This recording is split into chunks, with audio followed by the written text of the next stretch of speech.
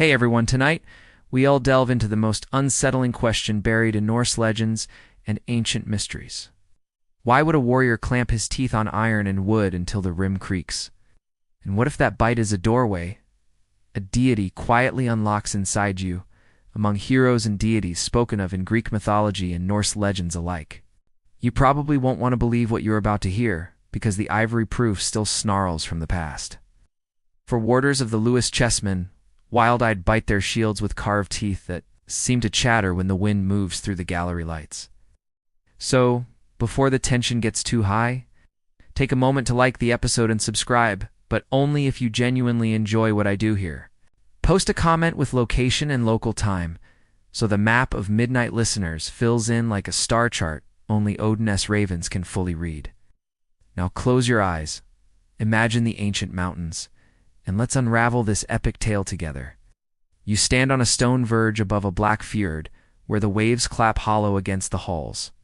And the sound is like a slow drum teaching your chest how to beat in time with men who go by an old word that tastes of bear pelt and breath. Berserker, the bear shirt or the bear shirt depending on which winter-traveled scholar you trust. A raven cries once, and suddenly the shore answers with teeth on wood, a line of men raising round shields to their faces. Biting the rims as if tasting the iron bands, the leather fingers the paint of their own sigils, a ritual swallowed by the night. Snorri Sturluson, Skald of Iceland and cool collector of kings, swore that Odin's men rushed forwards without armor, were as mad as dogs or wolves, bit their shields, and that neither fire nor iron would touch them in their berserksganger, though clubs could still lay them low. You breathe this line like a draft of winter air testing its edge on your tongue, and the question teeths in your mind. Is this an immunity granted by the god, or a trance so total that pain crawls backward through the body like a frightened animal? On a table away from the chill, the walrus ivory warders of the Lewis horde make the same face as those men at the fjord of the warders who are really stand-ins for berserkers for caught mid-bite, eyes bulging as if sound itself had gotten stuck between their molars. The chessmen look like a game, yet the game is a mirror for the battlefield. Bishops and miters knights with shaggy pony manes, and those warders, whose shields wear tooth marks, a carved memory of a rite you can still enact, with tongue pressed to iron. Imagine you are on the sacred mountain of this northern world, call it along. Low ridge with runes scratched into the lichen, and you can almost hear Odin's single eye blink like a shutter when you lower your shield to your mouth. He is a deity of riddles and trades, a wanderer in a broad-brimmed hat. And if you listen closely to the rush of night air in the fjord, you hear the tiniest promise. Bite the shield, join the choir, learn how to be more than a man for the space of a charge. The air carries resin smoke and the salt metal sting of weapons left a little too long at the water's edge. You taste it as you bite down, and the rim creases your gums, as if the shield is a locked door and your teeth the key. Across the water a horn answers and you feel something slippery move behind your ribs, an old fear braided with an older invitation. Because this is not the wine madness of Greek mythology, Esmenods dancing in a summer grove, but a wintry, methodical storm trained and timed like oars striking a common beat. A mainstream memory steps through the fog. The sagas say Odin's men became as strong as bears or wild bulls, and their shields, when bitten, told the enemy exactly what kind of night was coming. You picture the warder figure again, helmet rounded, sword vertical, shield lifted, and in that frozen chew is a quirky truth about artifacts. They keep the face a ritual makes long after the breath that formed it is gone. What would you do if you discovered this small trick worked on your own mind, that biting wood and iron lets the body forget the thin glass of self and remember the thick hide of something older? The skalds called ravens tasters of blood, not to praise gore, but to name how the battlefield feeds on attention as much as it feeds on flesh. The bird is an audience, and the bite is a performance. Because here is the other cold fact. Spectacle moves crowds and warriors alike. And in the fjord's low light, the shield biter becomes a bell that rings inside friend and foe at once. Minds are furnaces that can be roused by sound and symbol, and the bite is both the sound of teeth on metal, the sight of a man facing bear, teaching himself not to blink. Even the etymology splits like a shield under a heavy axe. Bear shirt for the pelt and mask, bear shirt for the daring to go without armor, and Both meanings whisper the same thing. Peel away the village and find the animal that remembers winter. Yet a strange mercy survives in Snorri's telling. While blades glance and fire licks like a harmless fox, a good club still drops the frenzy, as if the right can ignore sharpness but not wait theater, but not blunt reality. The ivory warders nod to this, carved in an age when bishops found their way onto chessboards and warders. Still stood as rooks, the bitten shields remind that even a game remembers what the hand once did in fog and fear. Under the mountains, the sea keeps clapping those holes, and you realize the bite is a metronome, a way of counting down to the moment when the wall of men becomes the mouth of a storm. Is the bite madness or method? Miracle or muscle memory? The question that remained was whether Odin grants the mask or the mask grants Odin. You feel the story tug sideways toward law and church, and the day a king would forbid this very right, but the shore pulls you back. Because in this first cold picture, the bite is still allowed to be what it is. A hinge between man and myth. Think of the warder again, not as a toy, but as a sermon in ivory. 4 figures reminding you that even in miniature the frenzy leaves marks, the way teeth leave crescents in bread and birch. If a skald were here to advise, he might say that every rite is a language for fear, and shield biting is a verb that means step forward but swallow yourself first. From the ridge the ravens lift, and you hear their wings become a rhythm line above the waves, a hint of what waits when the animal choir assembles beneath Odin's far-off eye. In the slow inhale between horn calls, you sense the warband dividing like a river fork, wolfskins tugging one way, bearskins another, and your jaw, still aching from the rim, wonders which chorus your breath belongs to next. But the question that remained, pressing like a second heartbeat, is this. When the ravens choose their circle, and the shield rises again, you bite to join the wolf's howl, or the bear-est rumble, as the god listens for his choir in the dark. Ravens tilt across the fjord like slow black pendulums, and under their measured wings, the warband separates into 2 breathing animals, the bear shirt, who snarls heat, and the wolfskin, who counts the wind. And you take your place where Odin's whisper becomes a drumbeat in the bones. You hold the shield that a moment ago tasted of iron and salt, remembering the warders who bit theirs in ivory silence. But now the bite moves outward into rhythm, a timing device that aligns feet and fear with the choir of beasts the god collects. The Ulfhednar drift to the left like a shadow of pines, their wolf pelts combed by the sea breath. And you feel how their threat is not loud but inevitable, the predator's patience laced into human limbs. On your right, the berserkers shift in bearskin wait, shoulders wide as door frames, and their heat moves the air in a way that makes torches flicker as if wary of being swallowed. A skald once said the ravens were tasters of blood, and though the phrase is a kenning, you can hear in it the simple truth that battle draws an audience of more than men. Here in Norse legends, the choir is a formation before it is a frenzy, an ensemble that tunes itself by pelt and pulse long before the first spear is loosed. You listen to the Ulfhednar teach, breath 4 counts in 4 counts. Outtan the slow surge cadence feels like a track a wolf would leave across fresh powder, deliberate and unbroken. The berserkers answer with a different meter, a heart hoof beat that climbs and climbs until it perches behind the eyes and looks out with a burn you can almost name. What would you do if you discovered the animal mask is not a disguise but an amplifier, a way to raise one angle of your nature to the rafters while the rest of you falls quiet and obedient beneath it? A mainstream fact slides into this chanting air. In the old poems, Harold Fairhair's war line included Ulfhednar, wolfskins who bore bloody shields and reddened spears, a royal trust tied to animal vow. That same tradition tells of berserkers as shock troops hammered to the prow or the front, where the crush is most honest and the god's breath is closest. The quirky piece of metal you turn over in your mind is a stamped plate from Torslanda, where a bird-horned helm and an apparently one-eyed dancer stand near a wolf-headed warrior, as if someone pressed the secret into bronze and expected the future to read it.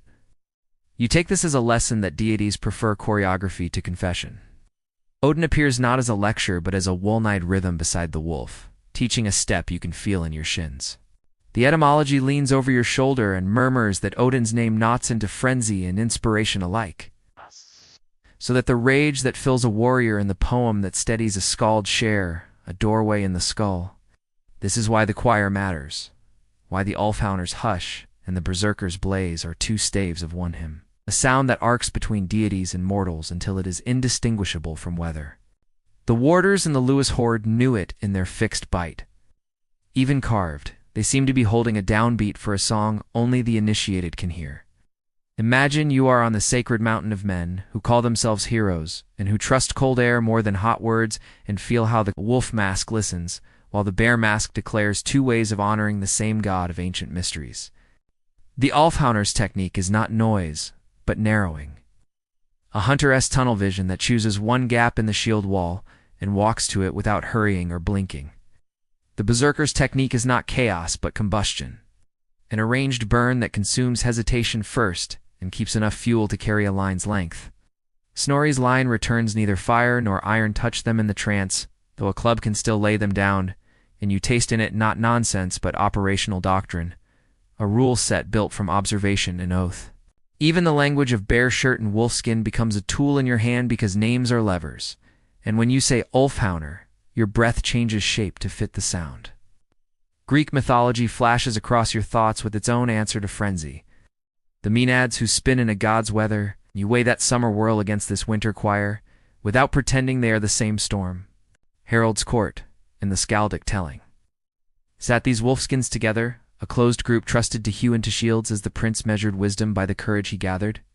This is your historical footing ultralete, and visibly distinct.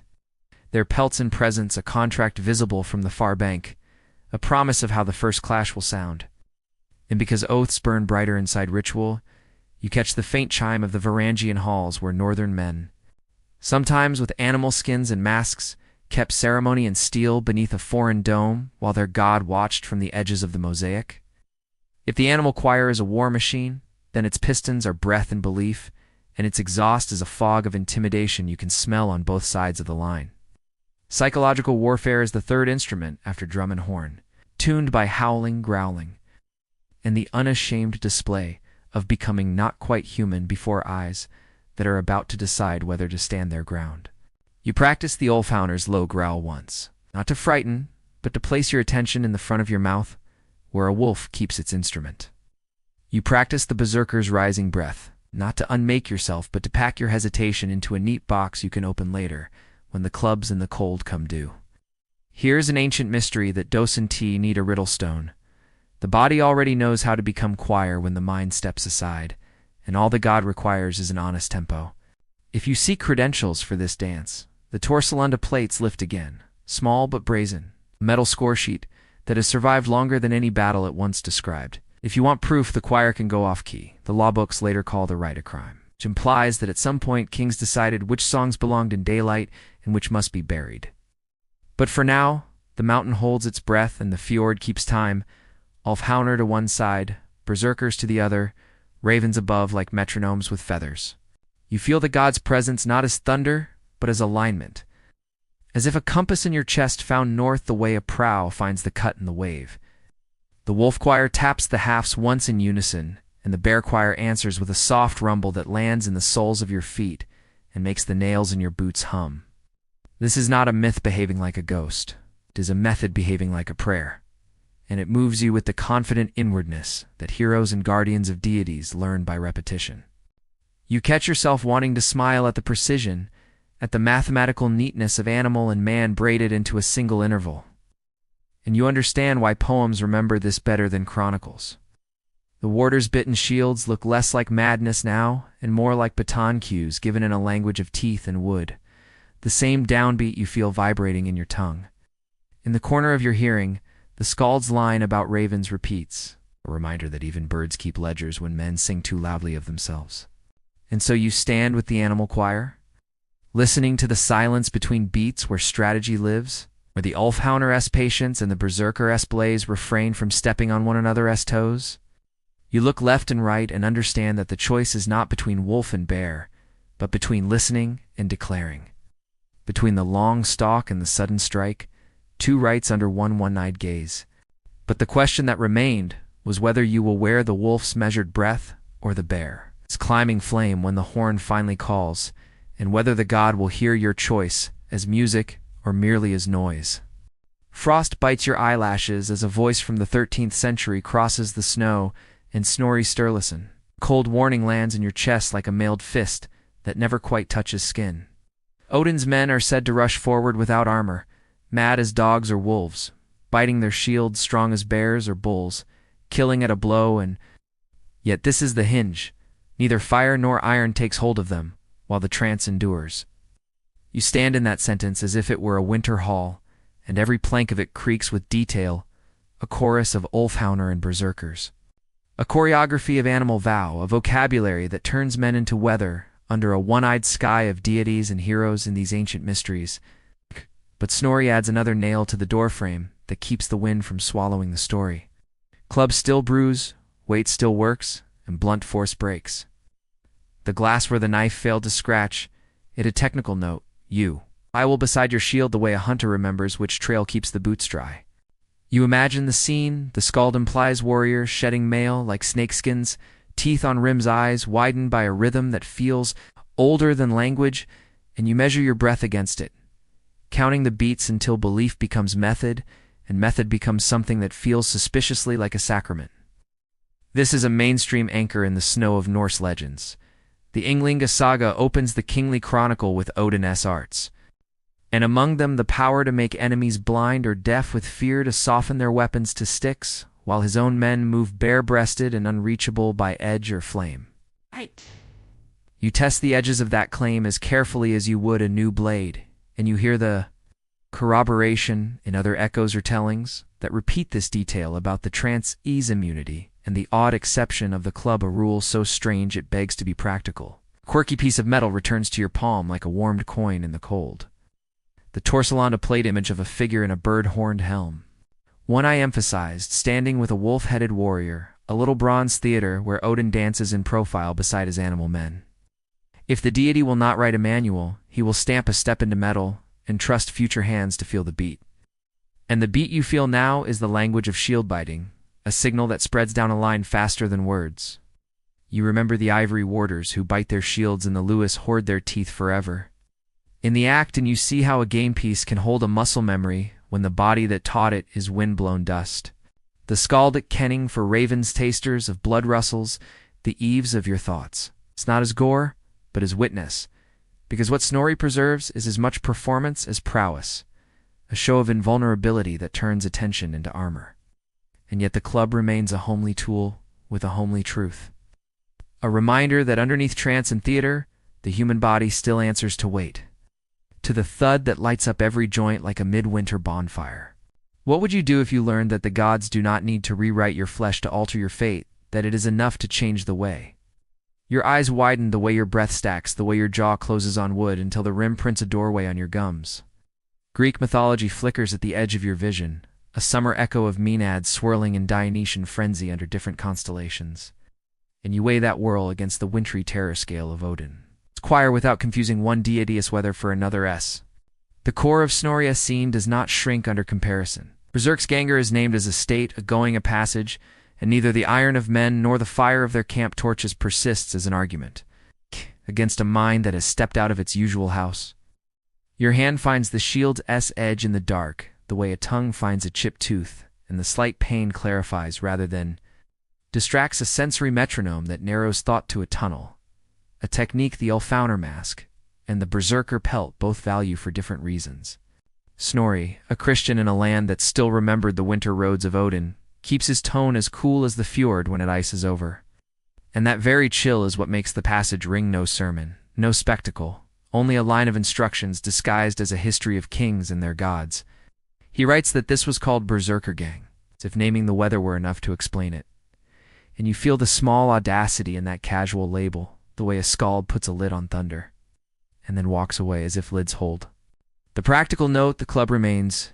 Your compass rose because it implies a physiology under the poetry, a nervous system that can be persuaded to ignore certain signals but not others, a rule book of bone and habit tucked inside a myth about deities and heroes. This is the part where psychology steps up like a quieter drummer, explaining simply that attention is a finite fire, and that when it is stoked toward threat and aim, some forms of pain become sparks you barely see, while others are logs that cannot be denied. You picture a shield wall tested at dawn, edges glancing and points slipping as if off wet stone, while from the flanks a man with a weighted cudgel steps through. It's like a farmer correcting a gate, and the trance buckles under the oldest argument on earth. Snorri's phrasing is a mirror that shows both the god's gift and the body. As boundary in reading it, you find yourself calmer than you expected because rules are comfort even when they are cold, and a rule about clubs feels like something you can use when the horn sounds. You think again of the warders, how their carved jaws suggest endurance, and how endurance can be trained to ignore cuts and flames in a way it cannot ignore the dull command of a blow that asks nothing of fear and everything of physics. The animal choir gathers behind the text as a footnote. You can feel Wolf breath counting spaces. Bare breath filling them on. In that choir, Snorri's sentence is the baton. Raised and dropped, teaching the entrance that turns men into storm. By naming the state, he preserves the doorframe more than the door. And the door you keep touching is a mouth on a shield, a battered rim that tastes of iron and sap, a ritual that turns your face into a tool. It is tempting to ask for more, a recipe, a training table, a map of when to inhale and when to shout, but Odin is a god of trades, and Snorri writes like a man who knows that the price of knowledge is often the work of swallowing what cannot be explained. A second mainstream echo steps out of the snow. Later retellings and scholars restate the immunity clause with a historian. As patience and a poet as reluctance to dismiss what the sources repeat, even while they point at the cudgel like a finger pressed to a lip. The quirky artifact in your other pocket, the ivory warder, again winks with its carved eye, a reminder that sometimes it is the toy that remembers. The ritual, the game that keeps the face you need when you forget what to do with your jaw.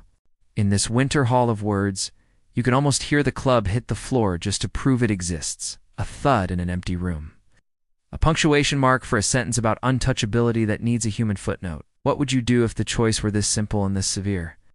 To believe so completely that edge and flame become theater, or to keep one eye on the farmer's tool that topples theater with a single heavy syllable? Greek mythology sighs at the window panes with its maenads and its wine. But this is a dry-blown cold where breath becomes a tool and teeth become a key. And your mind is a careful blacksmith shaping a state you will step into and out of like a doorway you cannot see. Snorri's cold warning is not a threat, but a frame, and inside it you can hang a method like a cloak bare of mail, bright with breath, audacious, enough to watch the flame lick your arm and call it winter light. Yet the cudgel waits like a low note at the bottom of a harp, reminding you that fate respects physics even when gods are listening. And that is a kind of mercy to carry into the next clash.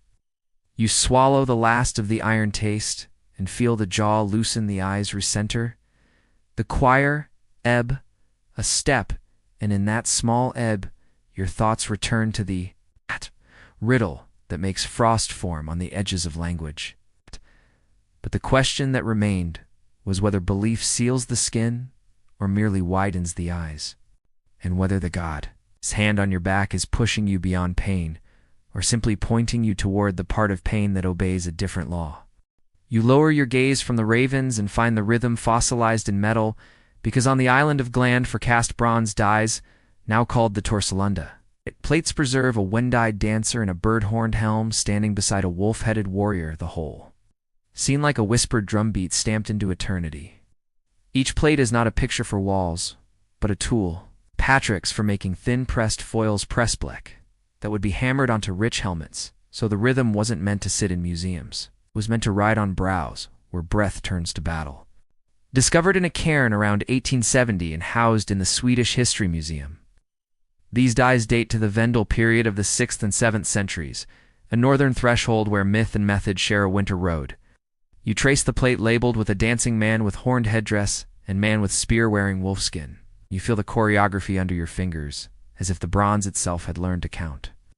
A laser scan showed that the dancer's right eye on the left eye on the resulting foil was struck out after the fact, as if the artisan performed a ritual subtraction to invite a one-eyed deity into the metal. That is the mainstream anchor the skald in your chest can lean against, the one-eyed figure recalls Odin, who gave an eye for wisdom, and the wolfman beside him recalls the Ulfhednar, the wolfskin warrior, the god's own shock-tuned choir. The wolf warrior holds a spear and sword, the dancer lifts his spears, and the pairing reads like a rehearsal. Odin, the weapon choreographer, the Ulfhednar, the instrument ready to strike on the downbeat. Press your ear to the bronze, and you can almost hear the cadence, heel tapping inside the workshop, while foils are pressed for helmets bound for Vendel or Valskerd, and perhaps echoed again at Sutton Hoo. Greek mythology lies far to the south, with its maenads turning in summer groves. But this northern dance is winter-born, a clean and narrow fury wrapped in method and iron smell. The horned headgear that crowns the dancer is not the cartoon-esque flourish, but a ceremonial sign that appears in sacred contexts, often with bird head terminals peeking from the tips like watching spirits. Some depictions show the dancer naked save for a belt and the horned helm, an austere costume that makes the skin itself into scripture for the rite. In one telling detail, the dancer seems wounded in the heel by a spear he handles, an unsettling motif mirrored on the Sutton Hoo helmet plates and tied to weapon dancing stages as if a god's vulnerability must be marked before the storm. Turn back to the Torslanda image and see how the wolf warrior's head merges with the pelt's snout. A living mask that teaches breath to go long and low, while the god's lifted spears teach the eye to climb.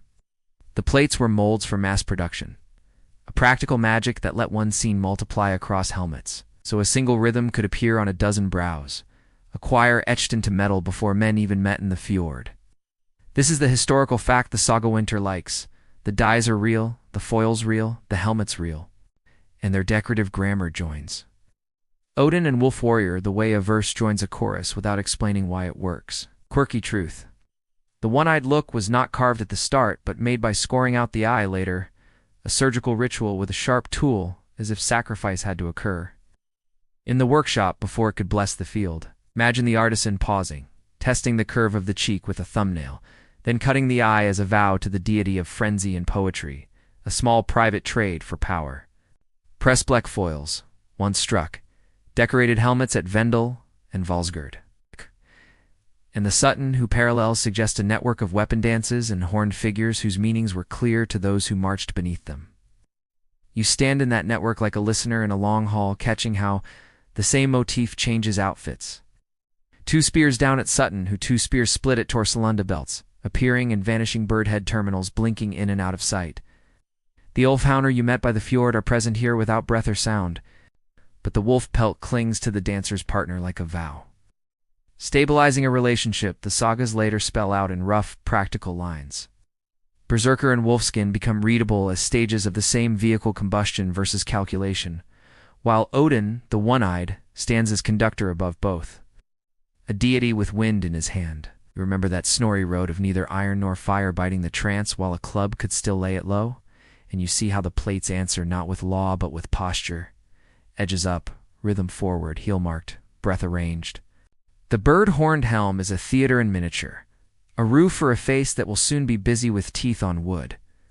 And the bird heads at the tips feel like ravens perched at the ends of your thoughts. If the alpha wine is a pars pro toto for the pack, then the plate is a pars pro toto for the right, a scrap of metal standing in for hours of training and the long night of decision. Back from your own reflection on a polished shield and asked for a small price in exchange for steadier hands. The Sutton Hoo dancing warrior's plate placed forward on the helmet dome. It's a public thesis about controlled frenzy, a badge that tells enemies and allies alike how your breath is tuned.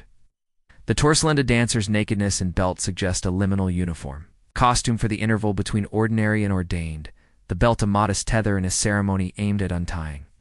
The wolfman's spear and sword, simple as farming tools in the artisan's hands, become metronomes on the field, ticking off the last seconds of the old self before the downbeat falls. Pressbleck technology makes this choreography portable, a hymn that can be riveted to a brow and carried over water until the fog itself seems to hum. Greek mythology may keep its frenzy in the cup, but this northern rite keeps it in the wrist and jaw. In the eye that chooses what not to see, and the heel that remembers where pain must land. The dye's categories: walking warriors, dancing with a wolfskin man, a man between bear's reed like a score's movements. A progression from march to trance to trial. And there is the man between bears, a reminder that bear shirt and wolfskin share the stage. Their animal vocabularies braided by a god who asks for attention more than offerings. The laser finding of a struck-out eye is as irresistible as a runic rhyme. A piece of forensic theater that says ritual lives in the making, not only in the made. Look at the bird ears on the horned headpiece, little curved plates that turn the dancer's silhouette into a listening animal, an echo of helmets where birds perch like ideas made of bronze. Even the notion that the dancer pricks his heel with a spear feels like a stage direction. Mark the cost. Then move, so that power arrives with a receipt tucked under the belt. The Elfian's wolfskin in relief is no theatrical cape, but a memory device, teaching the body to breathe in a line that the pack would recognize and follow. Mainstream scholars note the plate's function in dating and the likely identification with Odin and Wolf Warrior, yet leave the exact choreography unnamed, as if the silence itself is part of the rite. The quirky, enduring puzzle is how widespread this weapon dancing grammar was, given its reflections from Gland to East Anglia, and how much of it was prayer versus program. You feel the metal's refusal to answer become its invitation. The way a locked door with fingerprints around the handle tells you more than a door left ajar. If the warders who bite shields are the downbeat, then the Torsalanda dancer is the countin. The lifted spear that gathers attention like kindling before the spark. The hidden rhythm is simple and terrible. Make the mind narrow, mark the heel, raise the bird-horned helm into the god's weather, and wait for the wolf to place its paw on your breath. In this, the plates are less illustration than instrument, silent until a skull wears the foil and a lung supplies air, and then the bronze sings in a voice older than the artisan's name. But the question that remained was whether the missing eye is a signature or a spell, and whether, once seen, the dancer's step can ever be forgotten by feet that have learned to hear metal count. You sprint the wet planks as rails grind and holes kiss like quarreling giants, and the fjord's echo hits the ribs while prows with gaping beast heads loom, exactly as the old lay swears they did at Hafrsfjord. Your boots slide on tar and salt, your shield rises, your teeth find its rim, and every bite is a metronome calling the animal choir to time as the war line stiffens under the one-eyed weather of deities. Harold Fairhair's banner lifts in the spray, and whether this is 872 or the later scholars' 880s, the effect is the same on naval press, where petty kings come to learn which song will rule the coastline. Ships from the east close, with sculpted prows, craving battle. And you hear the scald-esque clipped drumbeat in your blood as oars feather and decks tilt toward that decisive, breath-held moment of impact. On your right, a man howls under a bare pelt, and on your left, a wolfskin tightens across shoulders that never quite hurry. And you understand why Harold trusted such men to break a line at the first touch.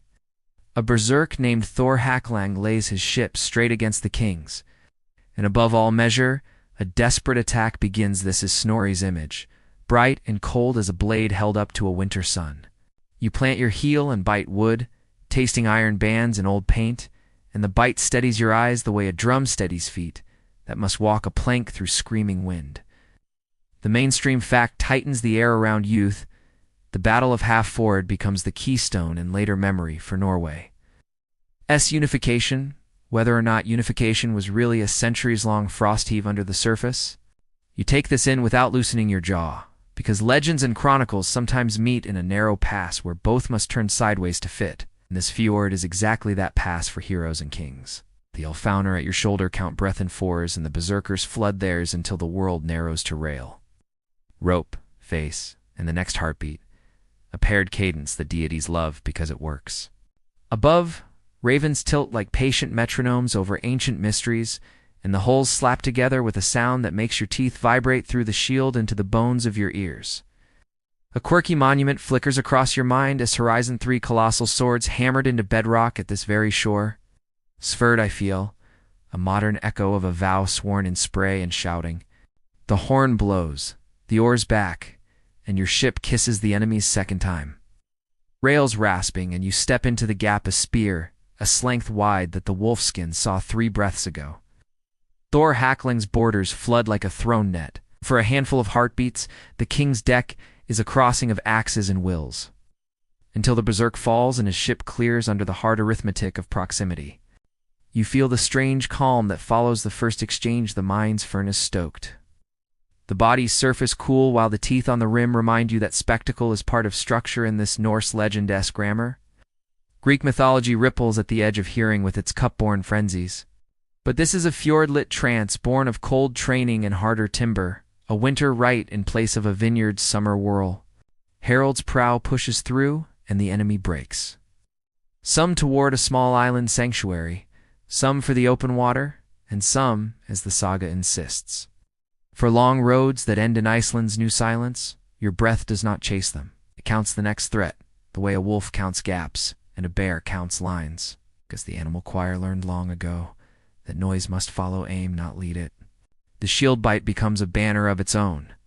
A visible consonant, in a word, the line is shouting together. And the enemy's shoulders hitch with that tiny, costly hesitation you came here to purchase. A detail from the weapon dance returns unbidden, the one-eyed dancer, the pricked heel. The lifted spear's end, you realize that somewhere behind this clash, a craftsman once scratched out an eye so today could keep its focus. In the fog of spray, the years pile around you. Traditional date 872. Modern reckonings in the 880s, and you understand that the calendar will never agree. But the sound of rails grinding doesn't need numbers to be true. Harfin's mole slines spark like flint in your skull. Did you hear in Halfsford how hard they fought? And your own answer is the bass note of boots and boards and breath finding their common pitch. The club rule from Snorri's cold page slides in, like a quiet warning. Edge and fire may glance, but weight speaks in a dialect the trance cannot. Ignore so you mark the men with cudgels, the way a sailor marks reefs. Harold's deck steadies, the king still standing. And in that steadiness you glimpse what unification feels like from inside a ribcage, a held note that gathers smaller notes to itself until the hall hums. The monument's three swords gleam again in memory. It's ridiculous and sublime. A reminder that even centuries later the land wants to pin this moment down, so a dose and tea slip back into waves. Your tongue tastes salt and resin, and that faint metallic echo the mind mistakes for courage, but is really attention pulling tight like a bowstring and asking to be released at the right second. The Ulfhednar near you have not spoken 10 words since dawn, and the berserkers have spoken only with shoulders and jaws. And between them, the line behaves less like a crowd and more like a single winter-trained animal. Prows with carved heads snap their teeth as they pitch through chop, show that feels like myth-wearing wood, while under the paint the same old shipwright math holds more fiercely than any boast. A memorial cairn in your mind fills with the names of petty King Zurich. Sulk, Kjotvand. You sense, even while you keep your shield up, how many threads this one morning knots and cuts. Biting the rim again, you hear the harsh music sharpen and settle, and the fjord becomes an instrument with strings of water and wind, played by oars and throats, and the god's palm pressed down. History says many who would not bend sailed west to Iceland, which is a cartographer's way of describing how a single battle throws its shadow on unborn maps and unbuilt hearths. The Lewis warder's quiet bite drifts through memory like a carved echo, proof that even a game piece knew to set teeth before the first board is touched and the first line is moved. Harold's men raise a cheer that is more exhale than triumph, and you feel how relief at this pitch is simply the body reclaiming what it lent to the trance a few minutes ago. You notice how the god's presence registers as order rather than thunder. A compass stroke that brings prow to gap and hand to haft with a precision no him could teach more clearly. The oddity of a scratched-out eye in bronze and 3 enormous swords set in stone flickers together, as if ritual and memory both require small losses to buy large, durable shapes. When the cry goes down the line to ship oars and mind wounds, the cold enters the fingers first, as if the fjord insists on finishing its own sentence, even while the king begins his. But the question that remained was whether history's wave lifts because courage surges, or because choreography holds because the god listens to hearts on fire, or 2 steps in time, and which one your teeth have truly chosen. Your teeth chatter while your face burns, and the fjord's wind makes a metronome of your jaw as sound narrows to a tunnel in the mind. Furnace lights the body, ice with fight-or-flight chemistry that tightens pupils and trims the world to a single task. Time stretches like hide on a rack, and then snaps back, and the sensation is so clean and clinical heart. Climbing breath, sharpening palms electric that it feels less like madness and more like a switch the body keeps for days like this. Tunnel vision hangs in front of you like a polished shield, an adaptation as old as fear that lets you choose a gap and forget the rest until the gap widens or vanishes. The animal choir you heard Volf on the left. Bear on the right slides into this physiology like a hand into a glove, the Ulfhednar counting breaths to narrow the beam and the berserkers stoking heat until doubt burns away. Snorri's cold sentence returns, the one that says neither iron nor fire bite during Berserk's ganger. and you feel how a trance can make edges into theater while leaving you obedient to the law of weight when clubs descend. But the knot in your thoughts tonight is whether this state is trained trance alone. A deity's seizure that borrows your eyes, or a plant's thorn winding through your nerves as an unseen conductor. Ethnobotanists sing the henbane hypothesis like a low chant, pointing to Hyoscyamus niger as a better match than bright Amanita caps for the chills. Flushing, distorted focus, and the heavy after silence that the sagas and scalds hint at. The plant grows almost anywhere men keep middens and barns, a weedy companion whose tropane alkaloids can scramble pain and widen eyelids, turning the night into a tunnel that only the chosen task can cross. The mainstream anchor sits in the soil near Hobro, at the ring fortress of Firecat, where a woman laid into a wagon burial left a small purse full of henbane seeds beside a staff that looks like a spell spoken in iron. The National Museum of Denmark says the seeds thrown on embers give a mildly hallucinogenic smoke and that the right dose can open euphoria visions and trances like doors in a wall you didn't know your breath was pressing against. Quirky details pile up like runes in the grave goods. A silver amulet shaped like a chair for seer owl pellets, stored like apothecary. Jars and white lead in a belt buckle, the very substance sometimes whisked into skin ointments to ferry drugs through the border of the self. The bag of seeds is small and plain, yet it reads like a manual for a rite. Use smoke for air, salve for skin, staff for posture, and the chair is a map for where the soul ought to sit, while the body does work. Ars Technica follows the scholar to the edge of speculation with the careful gait of winter, noting how henbane's symptoms overlay the textual portrait of Berserksganger, with eerie fidelity from the early shivering to the red swollen face, to the crash into illness when the music stops.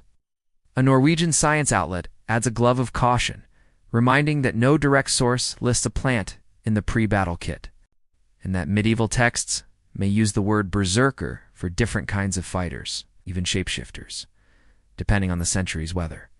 Skepticism has its own winter virtues, and you let it cool the air around your jaw, because memory that survives 1,000 years often coats itself in legend, the way armor invites ceremonial chips and gilding.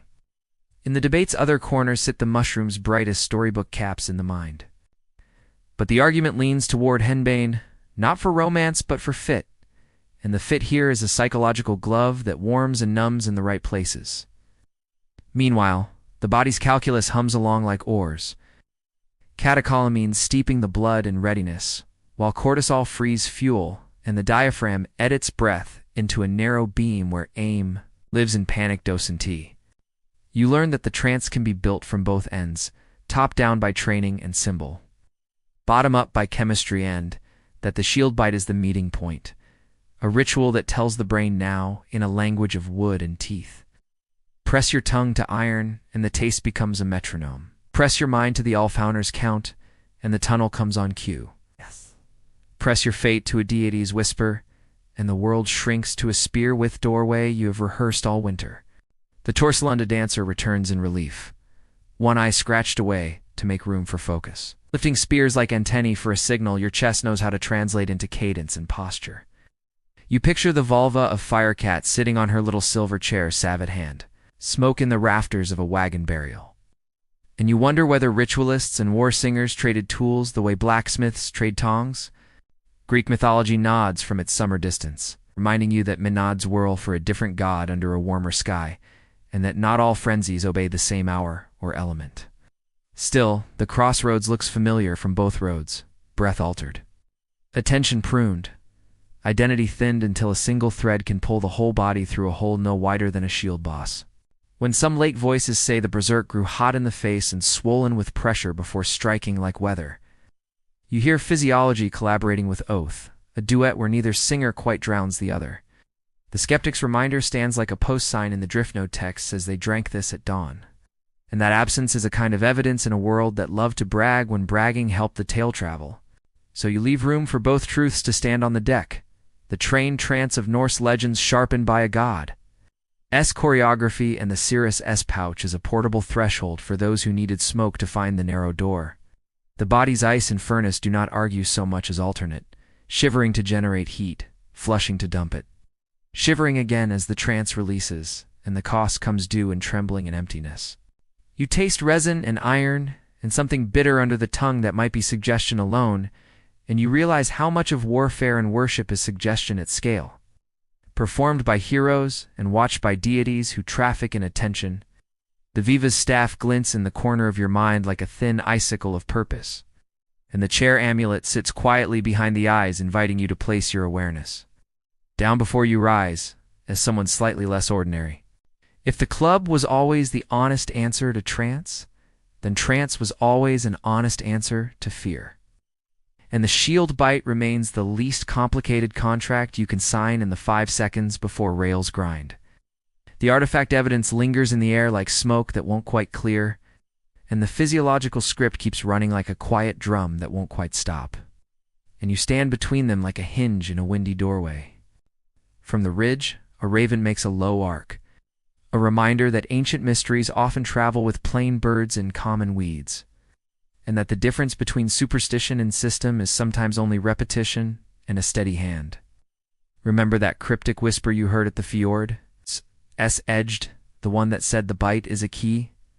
And ask whether keys are forged in workshops and gardens, or in the rooms where gods accept trades made without words.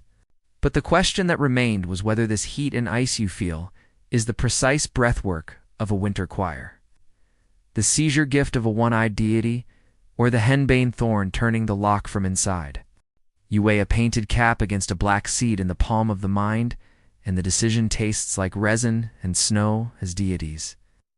And heroes lean in to see which door to these ancient mysteries you dare open.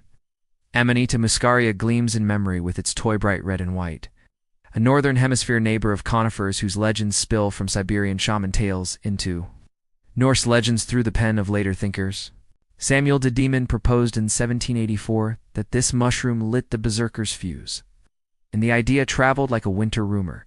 Interesting because the cap is famous and present, not because the sources point to it with a clean finger. Modern voices, careful as ice walkers, warn that there is no direct evidence for berserkers using any psychoactive at all, only a chorus of symptoms and stories that beg for a fitting mask. Henbane Hyacimys Nizer steps from the hedge with quieter colors and a darker pharmacology. Its tropane alkaloids coiling through the nervous system with effects that line up strangely well with the trance's colder notes. Ethnobotanist Karsten Fatcher's work lays the mushrooms beside the nightshade and says the shadow falls more neatly on henbane, not out of romance but because the symptom ledger keeps pointing the same way.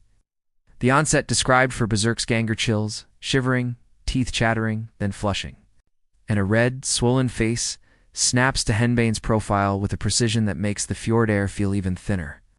Medievalists who follow the trail add that henbane's analgesic side, absent in Amanita muscaria, could help explain tales of invulnerability to fire and iron, at least while the storm of attention drowns the edges of pain. Even the report of days-long after-effects maps onto henbane better than onto fly agaric, a lingering cost that matches how the body sometimes pays later for borrowed fire.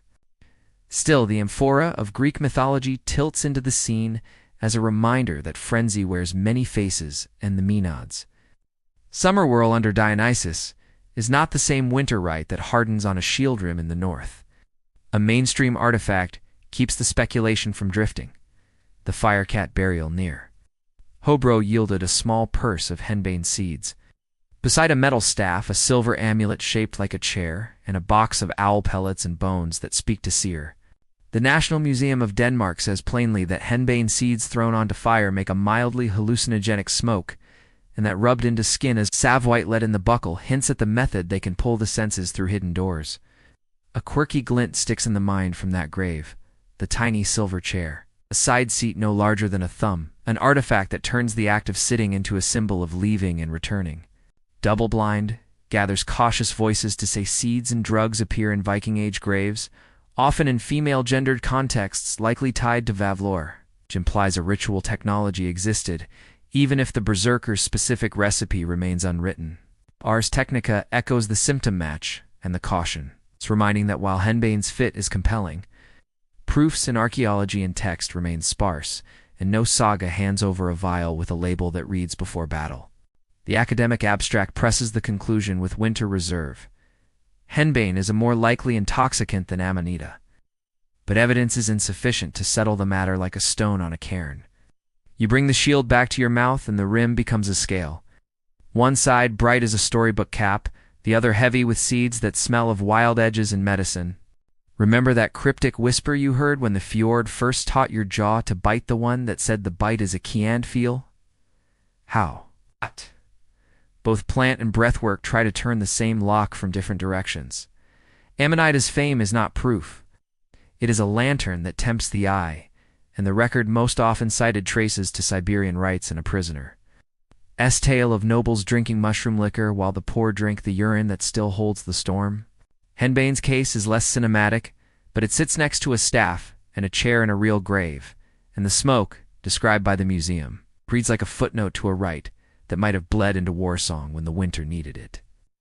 The physiological ledger stays open on the table, chill and flush, tunnel and numbness, altered recognition.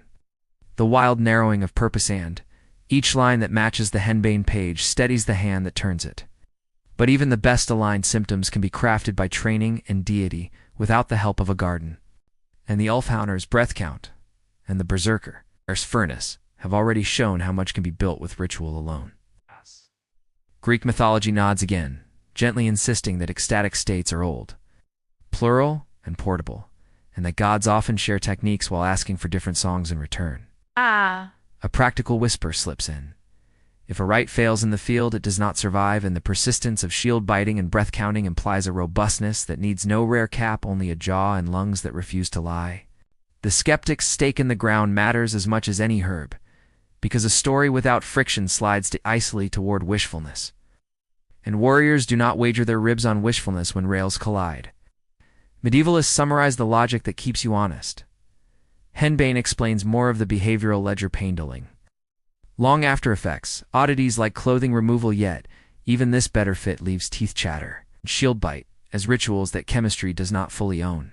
So the scale settles not on proof but on plausibility, with the black seed's weight bending the arm while the red cap's brightness keeps the eye in both sides, reminding you that oaths and symbols are themselves drugs of a kind. The Viva's staff in the mind's corner throws a thin shadow, and the silver chair amulet sits like a promise that someone in this world once knew exactly how to place awareness where it needed to be. Ars Technica's careful cadence symptoms align. Source's cautious blends with the journal's reserve, more likely. Not proving them together, they sound like a scald's chorus that refuses to turn rumor into law. You think of the Torslanda dancer with one eye scoured away, and you wonder if the artisan, Whiskrim Little Surgery was a workshop right to fix the wearer's gaze before it ever met the enemy's. Set the mushroom in the nightshade beside that struck eye and the seed purse, and it feels like 3 roads to the same narrow door: symbol, smoke, and steel-cut focus. Amanida's tale clings because tales love color, and because Greek mythology taught us long ago that gods with wine and ivy can spin whole crowds into bright delirium that does not frost the lungs. Henbane's argument holds because the body is an honest witness when read with patience, and because graves sometimes keep more practical secrets than sagas ever say aloud.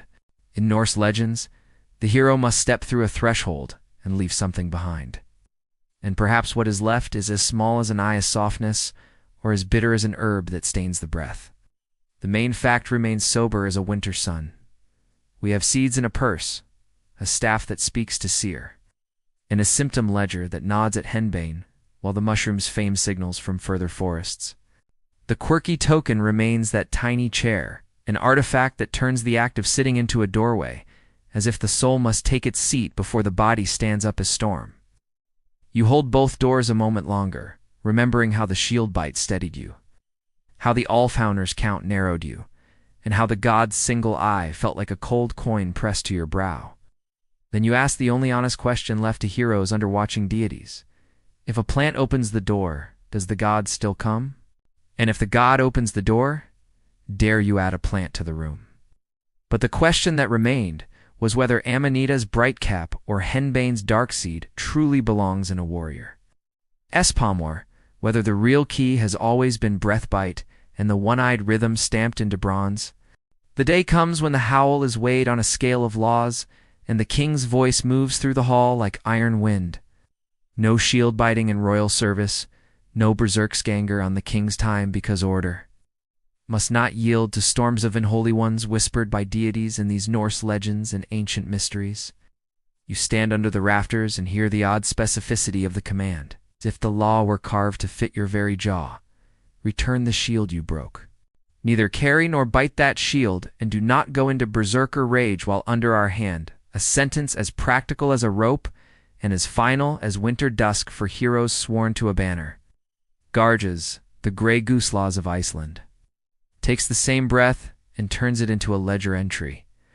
A raging berserker can be bound or condemned to exile. Fit is no longer a right but a charge, and those who merely stand by must lay hands or share the penalty, because frenzy is now a civic event with duties. You feel the ground shift beneath your boots, the way a ritual space turns into a courtroom, simply because a law speaker says the word, and you realize that this too is a kind of spell cast over the animal choir you met at the fjord. A mainstream thread names a year and a man to pin down the drift, in 1015. Jarl Eirikur Hakanarsson of Norway outlawed berserkers, a clean, cold line through a warm, unruly tradition, and the order echoes like a cudgel laid on a table. You picture the Lewis warders, ivory mouths hard on shields, and you hear the king's words turn that bite into contraband a small. Carved face suddenly on the wrong side of a line, the law drew an air. Iceland's Christian law sharpens the edge further in later memory. If someone goes berserk, lesser outlawry follows for 3 winters, and those present are banished if they do not bind him, a bizarre twist that deputizes the audience to drag the trance down from its quasi-divine shelf. There is something almost tender in that strange clause, bind him. Dante kill him, as if the new order understands the old storm enough to place ropes in the hands of neighbors rather than thrust spears into their ribs. As Castorian's cool chorus repeats that, later Icelandic and Norwegian codes and edicts specifically outlaw berserking. So even if immunity to fire and iron is a poet's flourish, the practice was real enough to make legislators nervous in a world turning from omens to ordinances. The king's prohibition about biting a shield inside royal service feels quirky and exact. The kind of legal rivet that tells you lawmakers were not chasing phantoms, but behaviors they could describe from the front row. You feel the gods' one eye on your tongue even now, assessing how power bends its own rights. Because deities in these old stories bargain with kings for space, and sometimes the bargain ends at the courthouse steps. History Extra, catching the drift with a historian's cadence, says the earliest Icelandic compendium of law states a raging berserker can be bound or exiled, an orderly intervention where the village, not the thunder, cuts the right short and files the report. You sense that this is where Greek mythology-esque maenads and their summer frenzy part company entirely from your winter right, because what a festival permits a law code rephrases and what a god demands a king may refuse to host. By the 12th century, organized berserker warbands disappear in the record a sentence that sounds like snow covering tracks. And you wonder whether it was a god that fell silent or simply a judiciary that learned the rhythm of intervention. Magnus the Lawmender arrives like a new season in 1274, uniting Norway under a code of the realm, and though the parchment does not name the shield bite, on every page the spirit of the book is obvious. Central authority prefers trained fire to wild sparks, measured choirs to unsponsored howls. Coins, commemorations, and museum plaques still praise how his code regulated life from inheritance to homicide. And you hear in that praise a steadying metronome the animal choir would have to learn or leave. The Eskistorian's echo and the Grey Goose texts align with the Wikipedia list that a Jarl outlawed the habit, a code outlawed the fit, and together they form a rope-esque twist of sources strong enough to tie down memory that tends to run loose. You remember the club rule from Snorri the Trance: dodges edge and flame, but obeys weight hand. You notice how law is another kind of weight, dull and undeniable. Cudgel no right can pretend not to feel. The quirky image that will not leave is the king telling a man not to bite the shield while in service, like a father asking a son to keep his teeth off the furniture, a domestic order laid over a sacred habit with an almost shocking intimacy. In Norse legends, heroes carry their gods into halls and boats, but kings carry their laws into breath and posture, and the collision is more personal than any spear thrust because it aims at where the mask meets the mouth. History Extra hints that you can bind the fit or banish it, which reads like a psychological policy as much as a legal one. Restrain the body during the storm, remove the storm bearer afterward, make space safe for other bodies to breathe. The Grey Goose Law's very nickname sounds like a scald's joke. but its clauses are clear as winter stars, and you feel how clarity can undo charisma by starving it of witnesses and stages. By the time Magnus's code sings through Norwegian valleys, the older songs have mostly been folded, stored, or forbidden, and the warder's bite retreats into ivory where it can scare no one except museum glass. You breathe in and out, and the animal choir in your chest adjusts to this new conductor, learning where to howl and where to hum, choosing when to put away the pelt, because a different kind of winter rules the room. A small mercy hides in the legal language, the urge to bind rather than butcher, to classify rather than mythologize, to say this is a fit, not a miracle, and to treat it as a public hazard, not a private sacrament. What would you do if a king spoke the right out of existence under the same roof where you learned to steady your hand with your teeth? And if your brothers looked at you as at a hearth that throws sparks when the children are sleeping, the answer feels like a cold made of paper. You fold the habit into memory. You choose when to let the furnace light and when to lock it down. And you watch the doorway between man and storm narrow until only gods can see the seam. Even the skeptics in their modern rooms agree that the outlawing happened. And that tells you frenzy was real enough to worry the people who lived nearest to it, real enough to draft into statutes where poetry rarely wins. The warders still bite in their glass case, the ivory fixed forever in the act that once made kings nervous, which is its own strange power, a toy that outlives the legal deed that drove its living model indoors. You think of the Torslanda dancer's scratched-out eye. You imagine the artisan pausing for a heartbeat the way a law speaker pauses before the verdict. Both removing something from the face so the next scene will hold. Maybe law and ritual are not enemies, but rival choreographers. One aiming at safety, the other at awe, and the shield between them becomes the instrument they both try to tune for different halls. The king forbids the bite in his service, but even he cannot unteach the jaw what the rim taught it. And so the knowledge slips into metaphors and chessmen and skaldic lines that cannot be indicted. By the 12th century, the warbands dissolve into legend. A fact that reads less like disappearance and more like migration from deck to page, from prose to proverbs, from cudgel space to closing lines. Remember that cryptic whisper you heard before the charge, that the bite is a key, and to understand that keys change. Locks as kings change codes, leaving some doors sealed and others quietly open where no one thinks to knock. But the question that remained was when a holy rite becomes a punishable storm. And who decides whether that sound in your mouth is music the deities approve or noise the king cannot afford to hear? You cradle a walrus ivory warder in both hands, its mouth clamped to a kite shield like a dog to a bone. And in that frozen bite the game teaches fury with more authority than any saga line can muster. The museum light makes the ivory sweat, and the figure's bulging eyes seem to ask whether the mind is ready to narrow. Because even in a gallery, the old downbeat still vibrates against the teeth. This is one of the Lewis chessmen found in 1831 from Sand and Story on the Isle of Lewis 90, plus objects that include 78 chess pieces and a handful of discs and a buckle. Carved mostly from walrus tusk ivory, with a few from whale tooth. The hoard split long ago, most to the British Museum and the rest to National Museums, Scotland. While one warder emerged in 2019 from a desk drawer and sold, as if a small storm had been kept in a box for half a century. You lift the warder's face toward the glass and notice the simple uniform. Long gambeson. Various helmets, an upright sword, and in 4 of them the shield bite that marks the berserker of Norse legends and ancient mysteries like a sigil burned onto the mouth. The mainstream fact is almost gentle in its certainty. 4 warders bite their shields, and scholars since Madden in 1832 have read that as an intentional nod to Berserksganger, the frenzy. Snorri described with a calm that still chills the page. Madden even coined warder for these rook soldiers, setting them between footman and knight, a naming that stuck like a rune carved so clean the wood refuses to weather. Press your ear to the label, and you hear Trondheim named as the likeliest workshop Norway's medieval capital.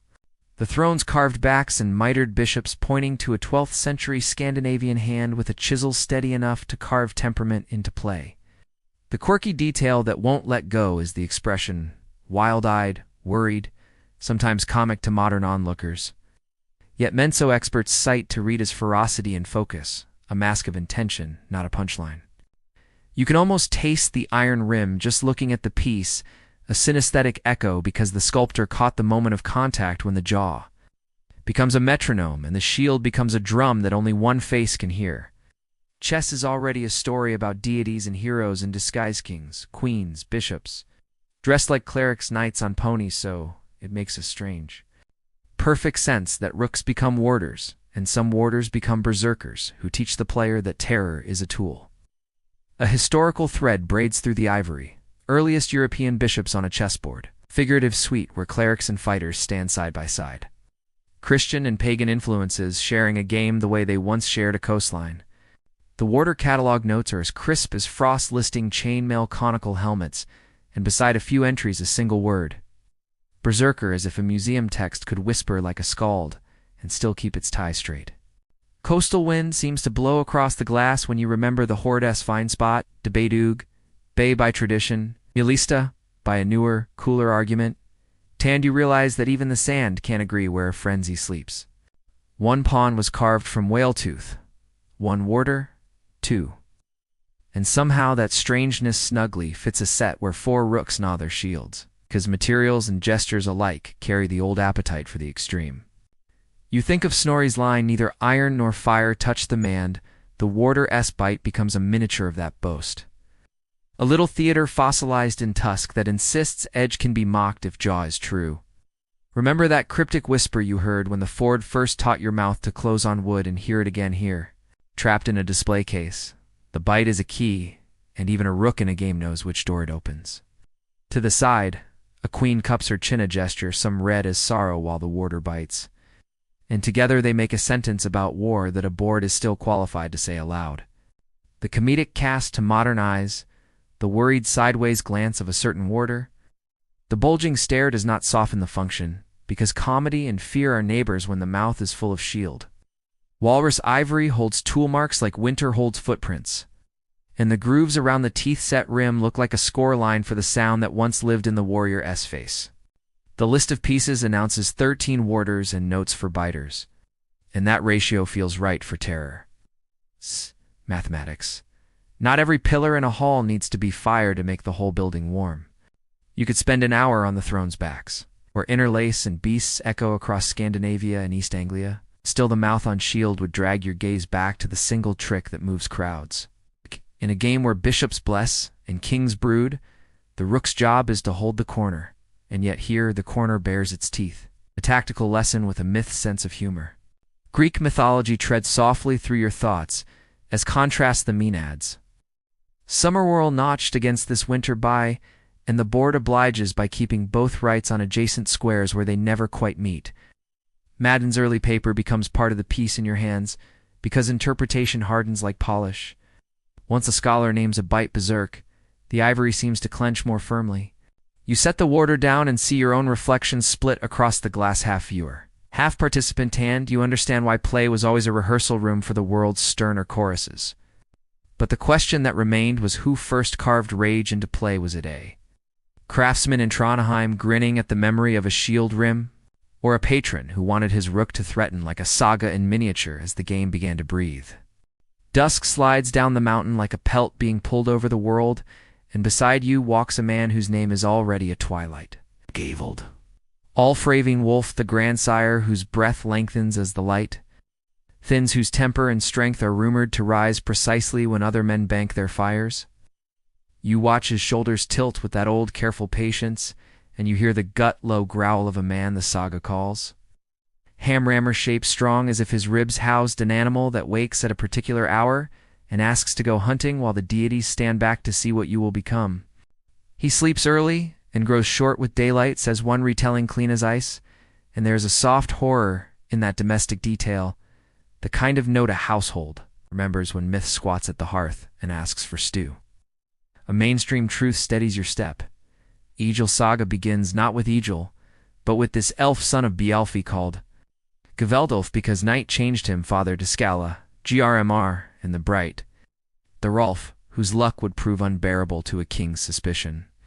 You circle his name in your mind if Ningwolf fanned, taste the old belief that names behave like spells.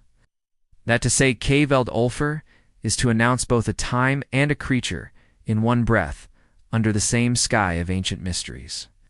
Some editors write the footnote, others only think. His name hints at becoming a wolf after dark, a werewolf faith that ran like a winter stream through the Middle Ages, while skalds and priests argued over what a body might house. Halbjorn half-troll is in his blood through his mother's line, a genealogical twitch the saga keeps as calmly as a ledger. And you wonder at that quiet hybridity held in a family tree, like a rune carved on a beam. He refuses Harold Fairhair's overtures with the serene insolence of a man who knows his weather. And you hear how choice hardens into feud when a king's hand mistakes the temperature of another man's soul. Greek mythology drifts through like a summer moth, reminding you that some men become lions, or bulls in those southern tales, but here the shape is wolf, and the hour is evening, which tells you more about latitude than about sin. The sagas say evening makes him more himself fear-addict to some, precise to others, and you can feel how the Ulfhednar theory hangs nearby. The wolfskin technique threaded into temperament, until the two cannot be teased apart. When Thorolf handsome and perilously fortunate thrives near Harold, the whispering court turns success to slander. And the king proves how quickly royal favor can sharpen into steel when a vassal glows too brightly. Gveldolf and Skala, Geirmar, answer with a winter riddle, kill the king's men at sea. Send a poem like a knife wrapped in silk, and you hear in their meter the same cold ceremony that teaches a jaw to bite wood before rails grind. Then comes the bizarre, indelible detail that only a northern saga would carry so gently. Kveldolf dies aboard the ship bound for Iceland, and his coffin is set adrift with a promise wherever it comes to shore. Build therein the box knows his land like a tame beast, and writes the word Borg onto a map not yet dry. This is your mainstream anchor in the twilight. Settlement by omen, a coffin steering the family's future, a drift that reads half as fate, and half as a mariner as practical acceptance of currents the gods might own. You look sideways and find Skala, Garmer-bald grim son, whose temper breaks its bank in sudden rushes, manifesting the same shape, strong flashes as his father, as if the wolf in the blood learned to breed true like a secret kept in bone.